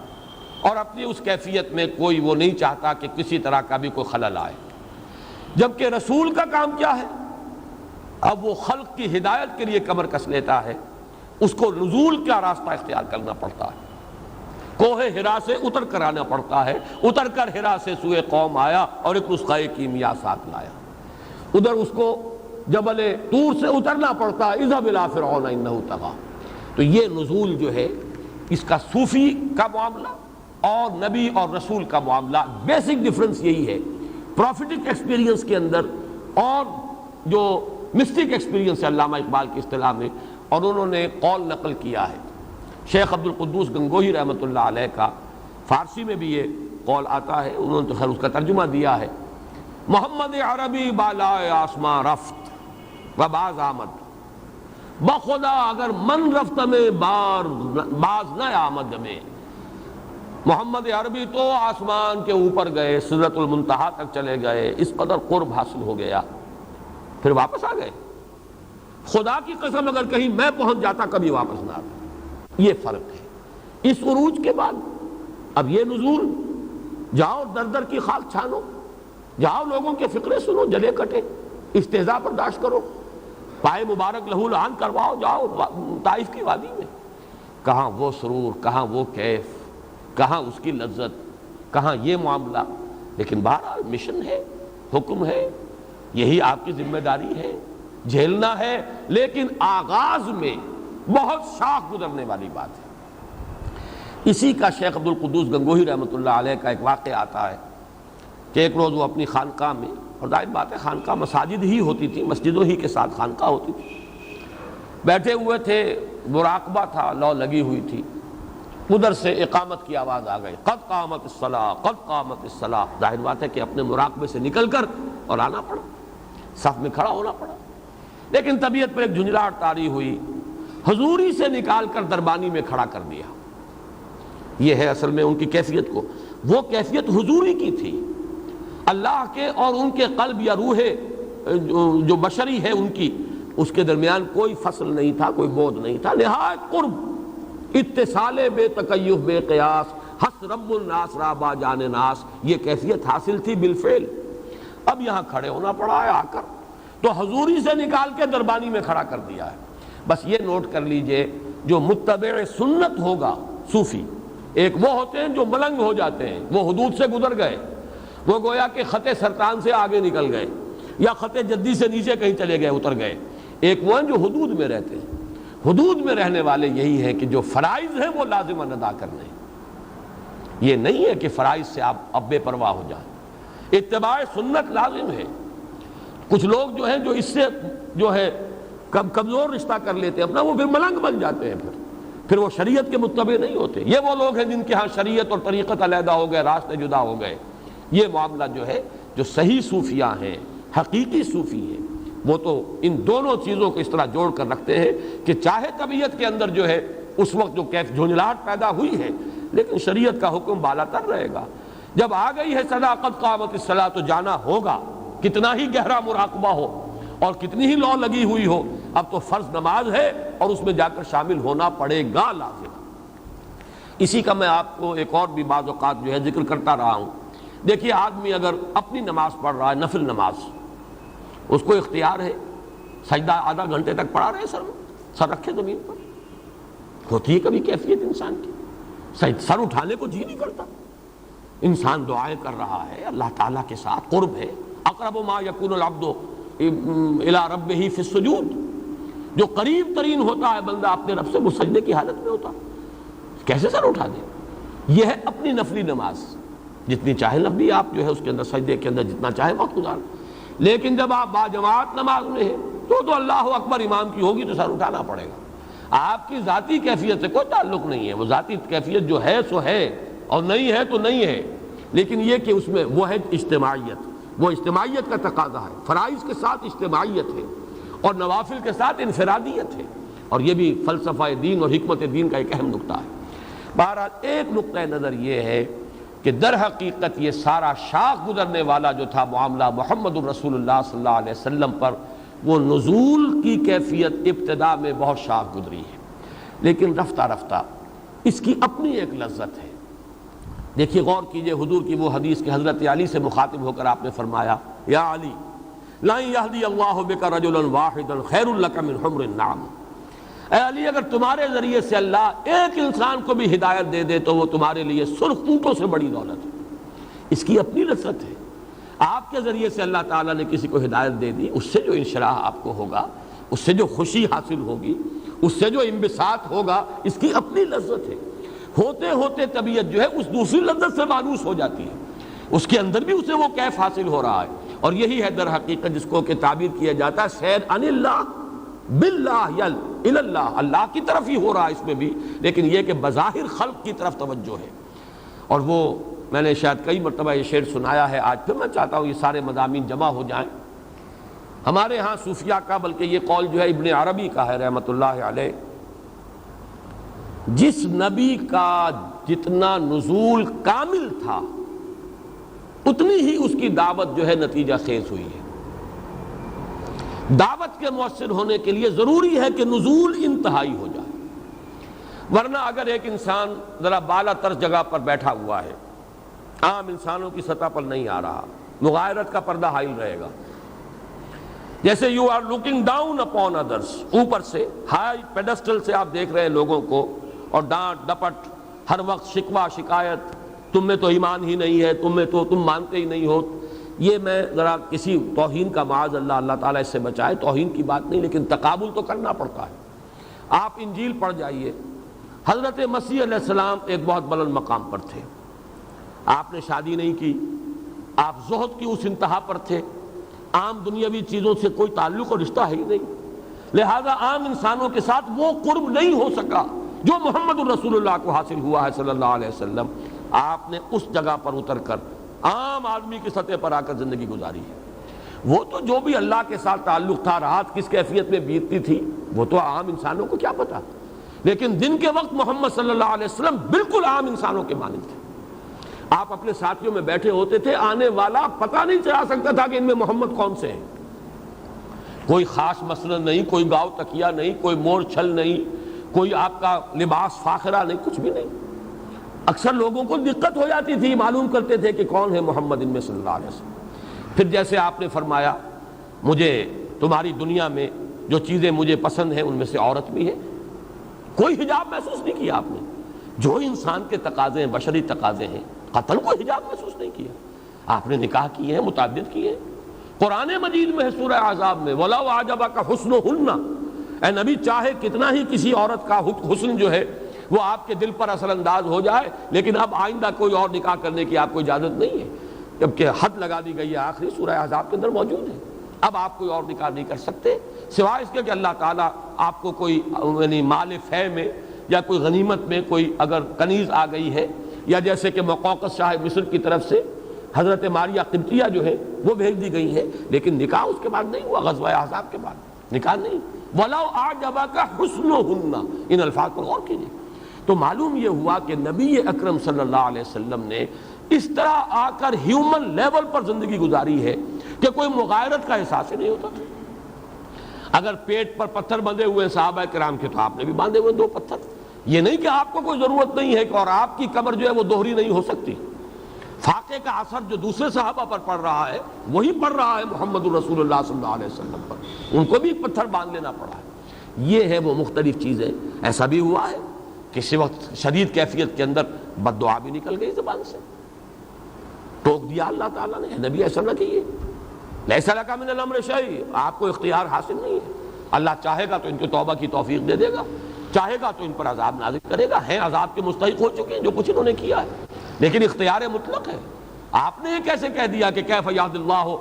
قوما خضبوا وجہ نبیہم بالدم، کیسے اللہ ہدایت دے گا اس قوم کو کہ جس نے اپنے نبی کے چہرے کو خون سے رنگین کر دیا؟ آپ نہیں کہہ سکتے، یہ اختیار ہمارا ہے، آپ کے ذمے ہے، آپ کی تبلیغ ابلاغ، حساب ہمارے ذمے ہے۔ انا الینا ایابہم ثم انا علینا حسابہم، حساب ہمارے ذمے ہے۔ تو یہ چیزیں ہیں، ان کو نوٹ کیجئے۔ نزول جتنا کامل تھا اتنی ہی کامیابی ہوئی، اس لیے کہ مغایرت کے پردے جو ہیں وہ درمیان میں نہیں رہے۔ تو شیخ ابن عربی کا یہ قول جو ہے بہت حکیمانہ قول ہے کہ جتنا نزول ہوگا کامل اتنی ہی دعوت اور تبلیغ جو ہے وہ مؤثر ہوگی، نتیجہ خیز ہوگی۔ وہ جو شعر کا میں حوالہ دے رہا تھا، وہ جو سابقہ رسول گزرے ہیں جن کا ذکر قرآن مجید میں بار بار آتا ہے، حضرت نوح علیہ السلام، حضرت ہود، حضرت صالح، ان کا معاملہ کیا ہوا؟ دعوت دی، قوموں نے رد کر دیا، قوموں پر عذاب آیا، ختم ہو گئی قوم، نسیم منسیہ، چند لوگ جو ایمان لائے بچا لیے گئے۔ ایک یہ ہے، اور ایک یہ ہے وہ دعوت، وہ تبلیغ، اس طرح اپنے آپ کو گھلا دینا جیسے کہ محمد الرسول اللہ نے گھلایا صلی اللہ علیہ وسلم۔ اور اللہ تعالیٰ نے پھر نتیجہ یہ دکھایا ہے کہ ایک پوری قوم کو اٹھایا ہے، کہاں سے اٹھایا، کہاں پہنچایا، کن پستیوں سے اٹھایا، کن بلندیوں تک پہنچایا، کس رفعت تک پہنچا دیا اس معاشرے کو، اس قوم کو۔ تو وہ شعر مجھے کبھی کبھی یاد آتا ہے، اگرچہ اس کو اس معنی میں نہ لیجیے گا کہ اس میں کوئی تان کا پہلو ہے سابقہ رسولوں کے لیے، کہ نشہ پلا کے گرانا تو سب کو آتا ہے، مزہ تو تب ہے کہ گردوں کو تھام لے ساقی۔ یہ گرے ہوئوں کو اٹھانا جو ہے یہ ہے کام، اور اس کام کی اپنی لذت ہے۔ جب آپ کی طبیعت کے اندر اس سے انس پیدا ہو گیا، آپ مانوس ہو گئے، اس نئی لذت کے آشنا ہو گئے، تو اب وہ قلق جو ہے وہ رفع ہو گیا۔ الم نشرح لک صدرک ووضعنا عنک وزرک الذی انقض ظہرک۔ یہ ہے عروج اور نزول کا فلسفہ، یہ ہے سیر الی اللہ، سیر فی اللہ، سیر عن اللہ الی اللہ، یا سیر عن اللہ باللہ۔ ان کے حوالے سے اس سورہ مبارکہ کی کے پس منظر میں جو آپ کا جو وہ قلق کی کیفیت ہے، جو شدت ہے، وہ بوجھ جو باطنی اور جو آپ کی نفسیاتی جو احساسات کے اندر کیفیت ہے، جس کو تعبیر کیا جا رہا ہے کہ وہ آپ کی کمر توڑے دے رہا تھا، ہم نے اسے دور کر دیا، یعنی آپ کی طبیعت میں مانوسیت پیدا کر دی۔ اپنے اس فرض منصبی کی ادائیگی میں اب آپ کو ایک دوسری روحانی لذت حاصل ہو رہی ہے۔ جس کو بھی آپ نے اٹھا لیا، جس کو بھی اس پستی سے اوپر اٹھایا، جس چیز کو بھی گندگی سے نکالا اور پاک و صاف کر دیا، اس سے جو انشراح، جو انبساط، اس سے جو خوشی، اس سے جو مسرت حاصل ہوتی ہے، یہ گویا کہ اب قائم مقام بن رہی ہے۔ وہ تھوڑی سی کمی کہ جو آپ کا وہ جو تعلق تھا اللہ کے ساتھ ایک براہ راست اور مستقل بیٹھے رہے تصور جانا کیے ہوئے، اس میں اگر کوئی کمی آئی ہے تو اس حوالے سے ہم نے آپ کی جو سختی تھی اس کو آپ پر آسان کر دیا۔ وَرَفَعْنَا لَكَ ذِكْرَكَ، اور ہم نے آپ کے لیے بلند کر دیا آپ کے ذکر کو۔ اس کا تعلق میں نے جوڑا تھا ابھی جو میں نے باتیں عرض کی تھیں، سورۃ الضحیٰ کی 2 آیات، کیونکہ وہاں 11 آیتیں ہیں، یہاں 8 آیتیں، ظاہر بات ہے کہیں نہ کہیں تو کوئی کمی ہوگی، 3 کی جگہ تو 3 آ گئی یہاں۔ الم یجدک یتیما فآویٰ ووجدک ضالا فہدیٰ ووجدک عائلا فاغنیٰ، الم نشرح لک صدرک ووضعنا عنک وزرک الذی انقض ظہرک۔ یہ 3 اس کے مقابلے میں یہ 3 بالکل برابر ہیں۔ البتہ یہ آیت جو ہے رفعنا لک ذکرک، یہ در حقیقت مقابل میں ہے ان 2 آیتوں کے، وَلَلْآخِرَةُ خَيْرٌ لَكَ مِنَ الْأُولَىٰ وَلَسَوْفَ يُعْطِيكَ رَبُّكَ فَتَرْضَىٰ۔ فرق کیا ہے؟ یہاں صیغہ ماضی کا ہے، وہاں مستقبل کا ہے۔ وَلَسَوْفَ يُعْطِيكَ رَبُّكَ فَتَرْضَىٰ، یہاں ماضی کا ہے، لیکن ماضی سے لازم یہ نہیں ہوتا کہ زمانہ ماضی مراد ہو، بلکہ فعل ماضی عربی زبان میں آتا ہے کسی چیز کی حتمی اور یقینی ہونے کے معنی میں۔ جیسے احوال آخرت قرآن مجید میں آئے ہیں فعل ماضی میں، اذا الشمس کورت واذا النجوم انکدرت واذا الجبال سیرت واذا العشار عطلت، یہ سارے ماضی کے صیغے ہیں۔ اذا وقعت الواقعہ لیس لوقعتها کاذبہ، اب یہ تمام ماضی کے صیغے ہیں۔ تو معلوم یہ ہوا کہ ماضی جو ہے جہاں ایک طرف زمانہ ماضی پر دلالت کرتا ہے فعل ماضی صیغہ ماضی، وہاں کسی مستقبل کی شے بھی اگر وہ بالکل حتمی ہو یقینی ہو تو وہ بھی فعل ماضی میں آتا ہے۔ اس معنی میں یہ در حقیقت ماضی کی بات مستقبل ہی کے حوالے سے بیان کی جا رہی ہے۔ اس وقت تک جب تک یہ آیات نازل نہیں ہوئی تھی، جس وقت تک یہ آیات نازل ہوئی، ابھی وہ رفع ذکر جو ہے جو عالم ہے ظاہری اس میں یہ نہیں ہوا۔ عالم باطنی میں، عالم ارواح میں تو اول روز سے ہے۔ حضور کی روح منور جو ہے، روح پر نور، وہ ظاہر بات ہے کہ اول روز سے، جیسے کہ ایک حدیث موجود ہے ترمذی میں کہ سوال کیا گیا آپ سے، متی وجبت لک النبوۃ یا رسول اللہ، اے اللہ کے رسول آپ کو نبوت کب ملی؟ آپ نے فرمایا والآدم بین الماء والطین، ابھی آدم کا جو ہے وہ ابھی خمیر ہی اٹھ رہا تھا اور پانی اور مٹی جو ہے اس کو گوندھ کر گارا بنایا جا رہا تھا، تب بھی میں نبی تھا۔ مراد کیا ہے؟ عالم ارواح۔ عالم ارواح میں جو بھی تھا اپنی امتیازی شان کے ساتھ تھا۔ آدم کی روح بھی تھی، محمد الرسول اللہ کی روح بھی تھی، لیکن جسد آدم ابھی وجود میں نہیں آیا۔ جسد محمدی آدم کے بھی 10,000 برس بعد یا 8,000 برس بعد میں آئے گا، لیکن روح تو موجود تھی آدم کی بھی، روح تھی میری ابھی اور آپ کی بھی، اور روح تھی محمد کی بھی صلی اللہ علیہ وسلم۔ اور ظاہر بات ہے جو امتیازی شان ہے حضور کی روح کی، آپ اسی کے ساتھ اس وقت بھی موجود ہیں۔ اس اعتبار سے میں کہہ رہا ہوں کہ عالم غیر مرئی یا عالم ارواح میں وہاں تو حضور کا ذکر پہلے ہی سے بلند ہے۔ رفعنا لک ذکرک، اس اعتبار سے فعل ماضی جو ہے وہ صحیح بھی اس پر منطبق ہو جائے گا، لیکن عالم واقعہ، عالم ظاہر میں یہ بعد میں ہوا ہے۔ گویا کہ اس کو ایک پیشن گوئی کے طور پر یہاں بیان کیا جا رہا ہے، نبی آپ کا ذکر ہم بہت بلند کر دیں گے۔ اپنے نام کے ساتھ نتھی کر لیا نام محمد کا صلی اللہ علیہ وسلم۔ جو شخص بھی کہے گا لا الہ الا اللہ، لازماً کہے گا محمد الرسول اللہ صلی اللہ علیہ وسلم۔ یہ ذکر، یہ رفعت ذکر جو ہے حضور کو جو عطا ہوئی ہے، تو یہ در حقیقت اس کی طرف اشارہ ہے۔ ورفعنا لک صدرک، ورفعنا لک ذکرک، اور اس کا تعلق وَلَلْآخِرَةُ خَيْرٌ لَكَ مِنَ الْأُولَىٰ وَلَسَوْفَ يُعْطِيكَ رَبُّكَ فَتَرْضَىٰ۔ اور یہیں پر نوٹ کر لیجئے، جو اسلوب ہے رفعنا لک ذکرک، وہی اسلوب ہے پوری سورۃ الکوثر کا۔ اِنَّا أَعْطَيْنَاكَ الْكَوْثَرَ فَصَلِّ لِرَبِّكَ وَانْحَرْ إِنَّ شَانِئَكَ هُوَ الْأَبْتَرُ، یہ انداز بالکل وَرَفَعْنَا لَكَ ذِكْرَكَ إِنَّا أَعْطَيْنَاكَ الْكَوْثَرَ، یہ دونوں جو ہے بالکل اسلوب کے اعتبار سے ہم وزن آیات ہیں۔ فَإِنَّ مَعَ الْعُسْرِ يُسْرًا إِنَّ مَعَ الْعُسْرِ يُسْرًا، تو یقیناً سختی کے ساتھ ہی آسانی ہے، یقیناً سختی کے ساتھ ہی آسانی ہے۔ یہاں نوٹ کیجئے، اور اس سے وہ بات آج اور منکشف ہو جائے گی کہ لفظ کے اندر احتمال ایک سے زائد موجود ہوں، لیکن یہ نظم قرآن کے حوالے سے اگر غور کیا جائے تو ایک مفہوم معین ہو جاتا ہے۔ نظم قرآن کا ایک بڑا فائدہ ہے، جس کی مثال میں دے چکا ہوں۔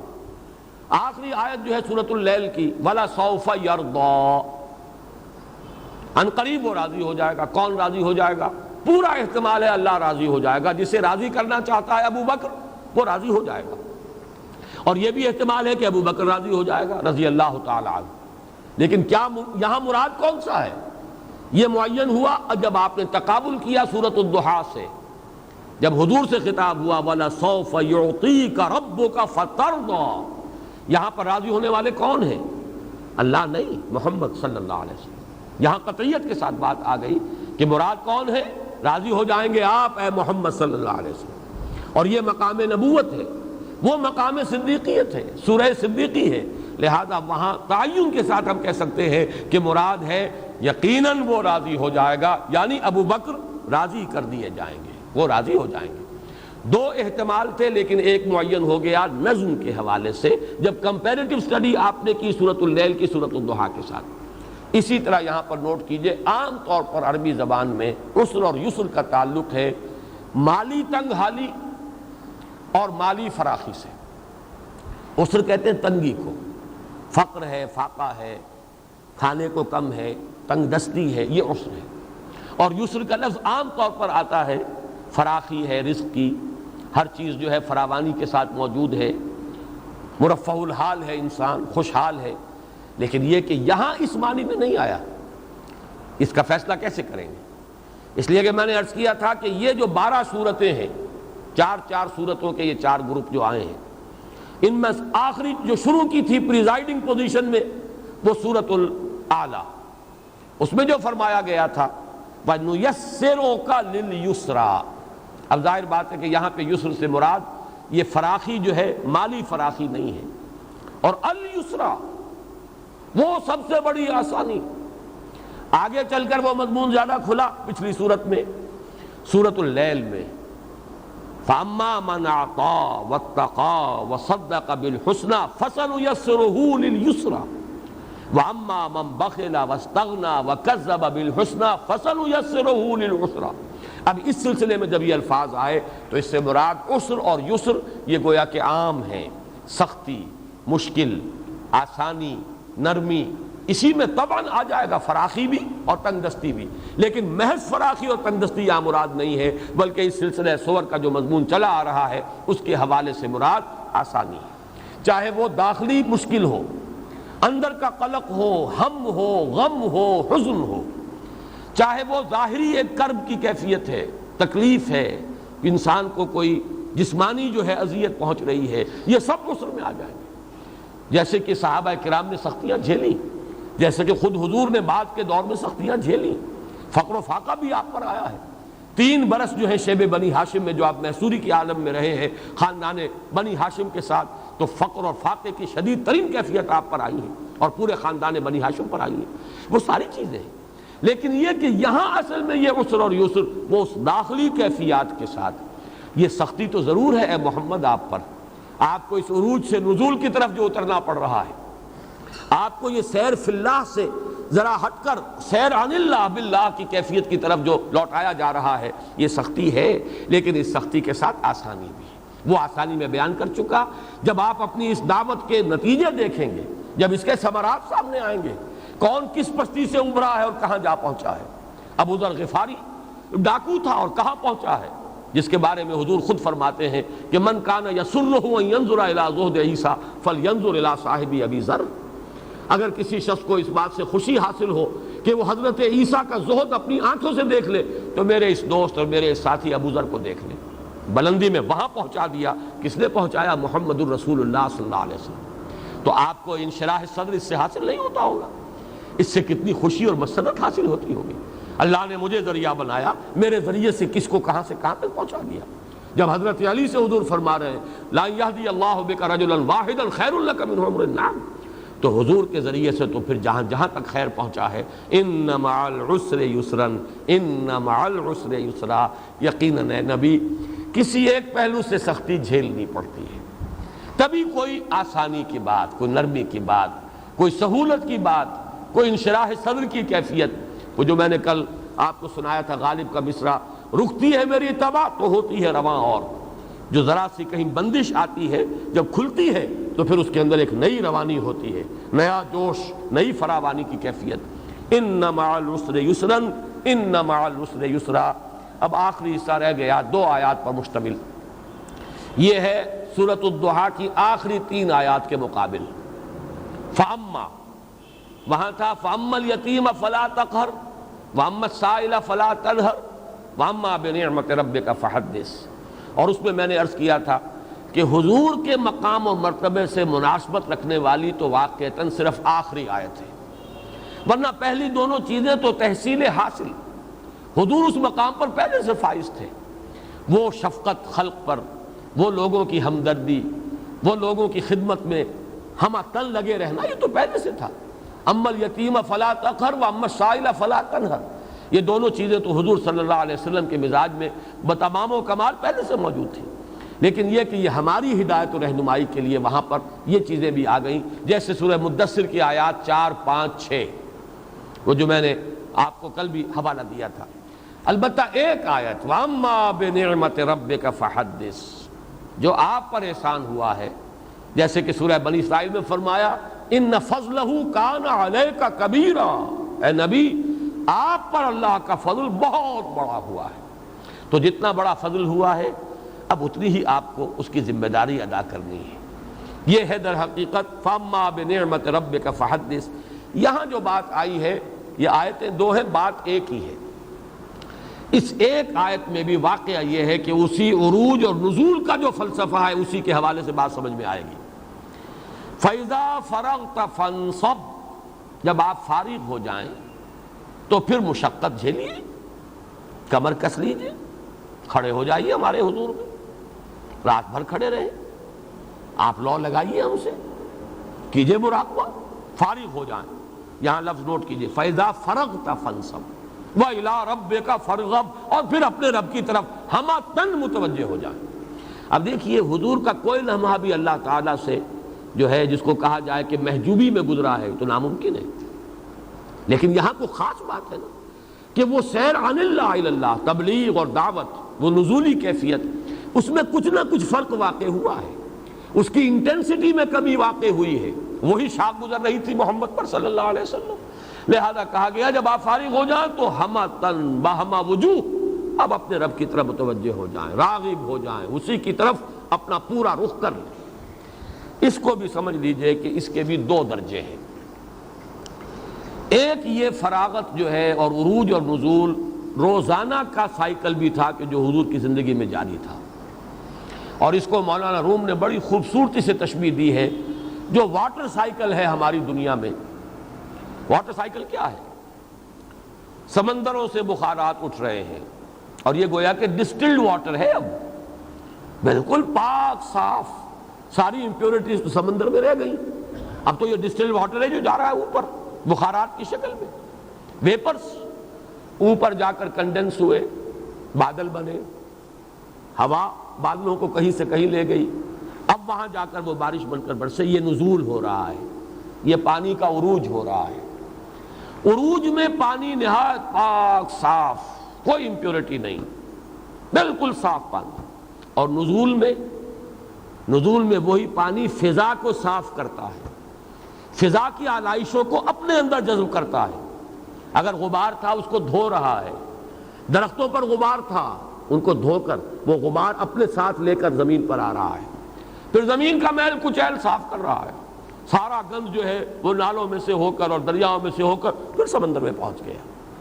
یہ جو پانی کا عروج اور نزول ہے، اس سے یہ دنیا کا جو نظام ہمارا قائم ہے یہ سب کو معلوم ہے۔ یہی عروج اور نزول حضور کی زندگی میں روزانہ کا ایک معاملہ تھا۔ رات کو آپ کھڑے ہیں اپنے رب کے حضور میں، تنہائی، تاریکی، سکون، والشمس وضحاها والقمر اذا تلاها والضحى واللیل اذا سجا، رات سکون۔ اب یہاں پر جیسے سورہ مدمل میں آیا تھا، ان ناشئۃ اللیل ہی اشد وطئا واقوم قیلا، کوئی ڈسٹربنس نہیں، کوئی آواز نہیں، کوئی ملاقاتی نہیں، کوئی آ کر کچھ کہنے سننے والا نہیں، پوری یکسوئی اور تنہائی میں یہ عروج ہو رہا ہے، رات کی تاریکی میں، رات کی تنہائی میں، رات کی پرسکون کیفیات، یہ ترفع ہو رہا ہے روح محمدی صلی اللہ علیہ وسلم۔ اور اس کو نوٹ کر دیجئے، دن کے وقت جو طبیعت پر کوئی ملال آ گئے تھے، یہ بھی تو کثافت ہی ہے نا۔ آج ولید بن مغیرہ نے کیا کیا میرے ساتھ، کیا کہہ دیا مجھے، طبیعت پر ملال آیا کہ نہیں آیا؟ وَلَقَدْ نَعْلَمُ أَنَّكَ يَضِيقُ صَدْرُكَ بِمَا يَقُولُونَ۔ رات کے وقت وہ پیوریفائی ہو رہی ہے، وہ کیفیت باطنی جو ہے، ترفع ہو رہا ہے، جیسے کہ بخارات سمندر سے اوپر اٹھ رہے ہیں، بالکل پاک اور صاف۔ دن میں اب نزول ہو رہا ہے، اور یہ نزول کیا ہے؟ کثافتیں گویا کہ لے رہے ہیں محمد صلی اللہ علیہ وسلم۔ جیسے آپ کہتے ہیں، جیسے کبھی بابر نے کہا تھا کہ میں اپنے بیٹے کی بیماری میں لیتا ہوں اور میری عمر جو ہے بیٹے کو لگ جائے ہمایوں کو۔ حضور صلی اللہ علیہ وسلم اپنے اوپر مشقت جھیل رہے ہیں، آپ کے دل میں ملال بھی آ رہا ہے، وَلَقَدْ نَعْلَمُ أَنَّكَ يَضِيقُ صَدْرُكَ بِمَا يَقُولُونَ، لیکن معاشرے کو صاف کر رہے ہیں۔ آج فلاں صاف ہو گیا، آج عثمان ابن عفان آ گئے، ایمان لے آئے، آج فلاں جو ہے اس کو اللہ نے توفیق دے دی، معاشرے کی پیوریفیکیشن ہو رہی ہے۔ البتہ آپ کے اپنے احساسات کے اندر تکدر کچھ ہو گیا ہے، لوگوں کی باتوں سے،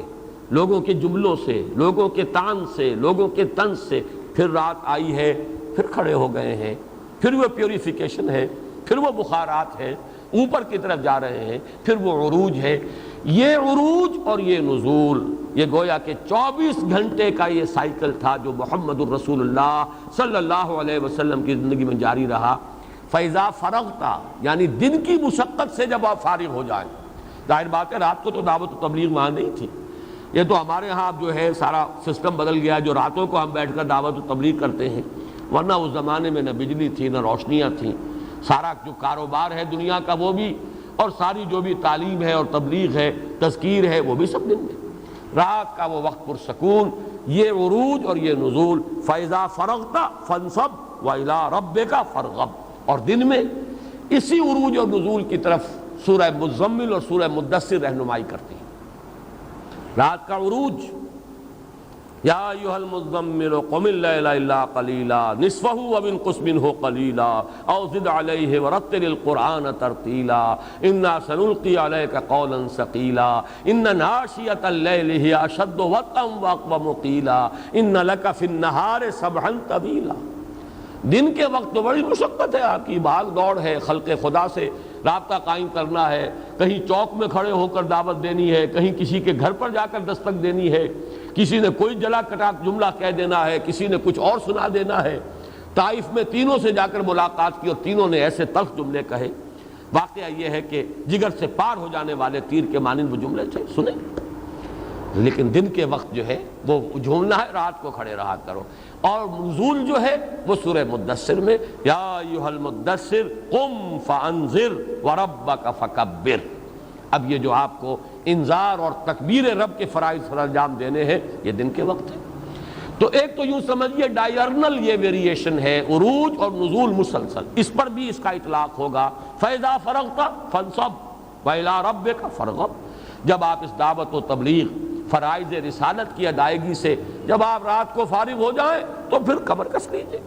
بجائے اب آرام کرنے کے اب ذرا کمر کس کے کھڑے ہو جائیے اور اپنے رب کی طرف ہماتن متوجہ ہو جائیے۔ فَإِذَا فَرَغْتَ فَانْصَبْ وَإِلَىٰ رَبِّكَ فَارْغَب۔ اور ایک ہے آپ کی پوری زندگی کے اعتبار سے ان آیات کا مفہوم،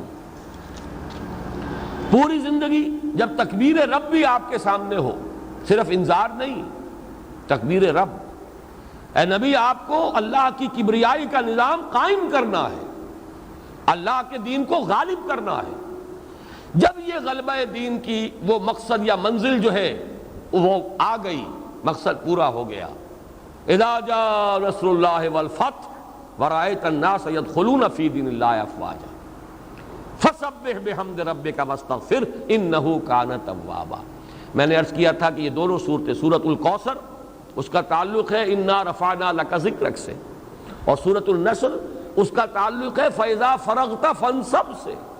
فراغت ایک تو روزانہ شام کو فراغت ہوتی تھی محمد کو صلی اللہ علیہ وسلم، اپنے روزانہ کی دعوت اور تبلیغ کے جو بھی مشاغل تھے ان سے، اور ایک فراغت ہوئی ہے جب حیات دنیاوی کی شام آ گئی ہے، اور جب کہ آپ صلی اللہ علیہ وسلم نے دیکھا کہ میرا وہ فرض منصبی جو مجھے بنفس نفیس پورا کرنا تھا، ادا کرنا تھا، وہ ہو گیا۔ اذا جاء نصر اللہ والفتح ورأیت الناس يدخلون فی دین اللہ افواجا، یہ ہے فَإِذَا فَرَغْتَ فَانْصَبْ وَإِلَىٰ رَبِّكَ فَارْغَب۔ اے نبی اس وقت تک تو آپ کو جھیلنی ہے یہ مشقت، یہ ہم سے لو لگانے میں اگر کوئی کمی محسوس ہو جاتی ہے دن میں، کبھی دشمنوں کے ساتھ جنگ ہو رہی ہے، کبھی آپ کے دندان مبارک شہید ہو گئے ہیں، کبھی اسی کیفیت میں الفاظ بھی نکل گئے، کیف یہد اللہ قوما خضبوا وجہ نبیہم بالدم، یہ الفاظ بھی نکل گئے، یہ سارا مرحلہ ختم ہو جائے گا جبکہ آپ دیکھیں گے جب وہ وقت آ جائے، اذا جاء نصر اللہ والفتح ورأیت الناس يدخلون فی دین اللہ افواجا، وہ آپ کے فراغت کا وقت ہوگا۔ فَإِذَا فَرَغْتَ فَانْصَبْ وَإِلَىٰ رَبِّكَ فَارْغَب، پھر ہماتن متوجہ ہو جائیے۔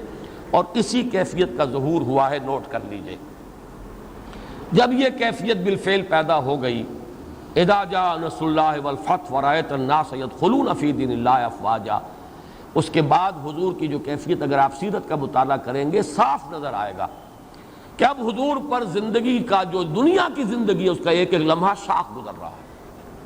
طبیعت جیسے اچاٹ ہو چکی ہے۔ اب یہ پھر بلا تشبیہ کا لفظ لا رہا ہوں، اگرچہ تشبیہ ہی کے لیے تو میں شعر سنا رہا ہوں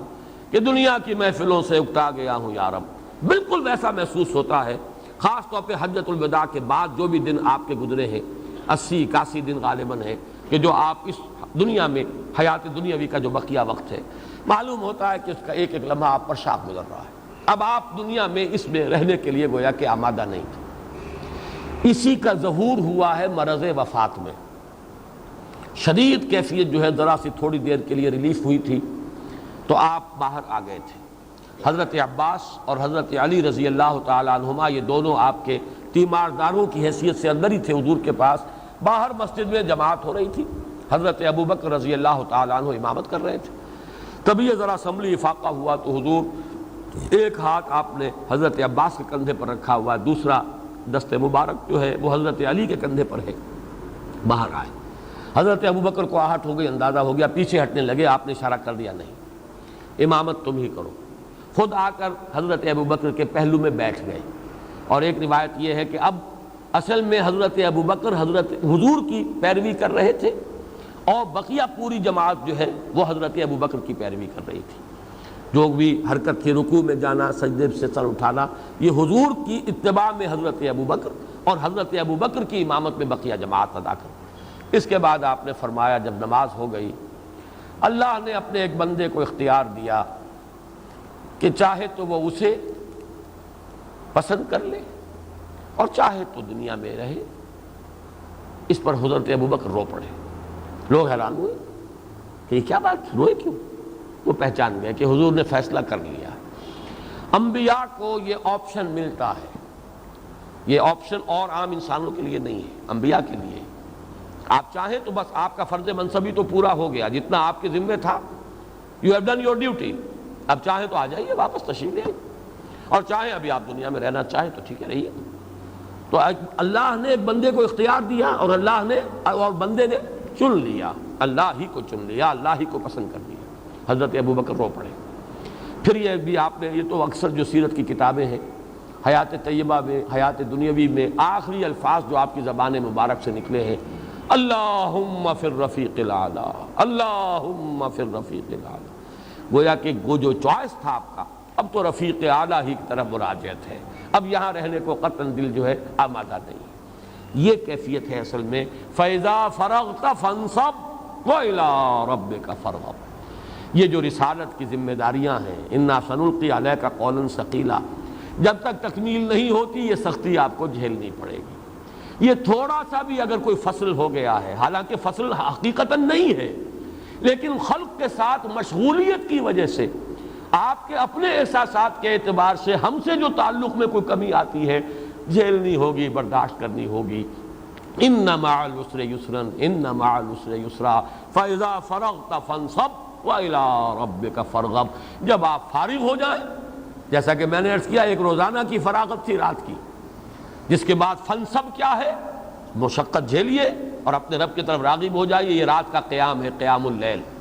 اور ایک ہے پوری زندگی سے فراغت، اس معنی میں کہ جو مشن تھا جو وہ پورا ہو گیا۔ اذا جاء نصر اللہ والفتح ورأيت الناس يدخلون في دين الله افواجا فسبح بحمد ربك واستغفر انه كان توابا۔ یہ گویا کہ پوری صورت جو ہے ان دو آیات کی شرح پر مشتمل ہے، فَإِذَا فَرَغْتَ فَانْصَبْ وَإِلَىٰ رَبِّكَ فَارْغَب۔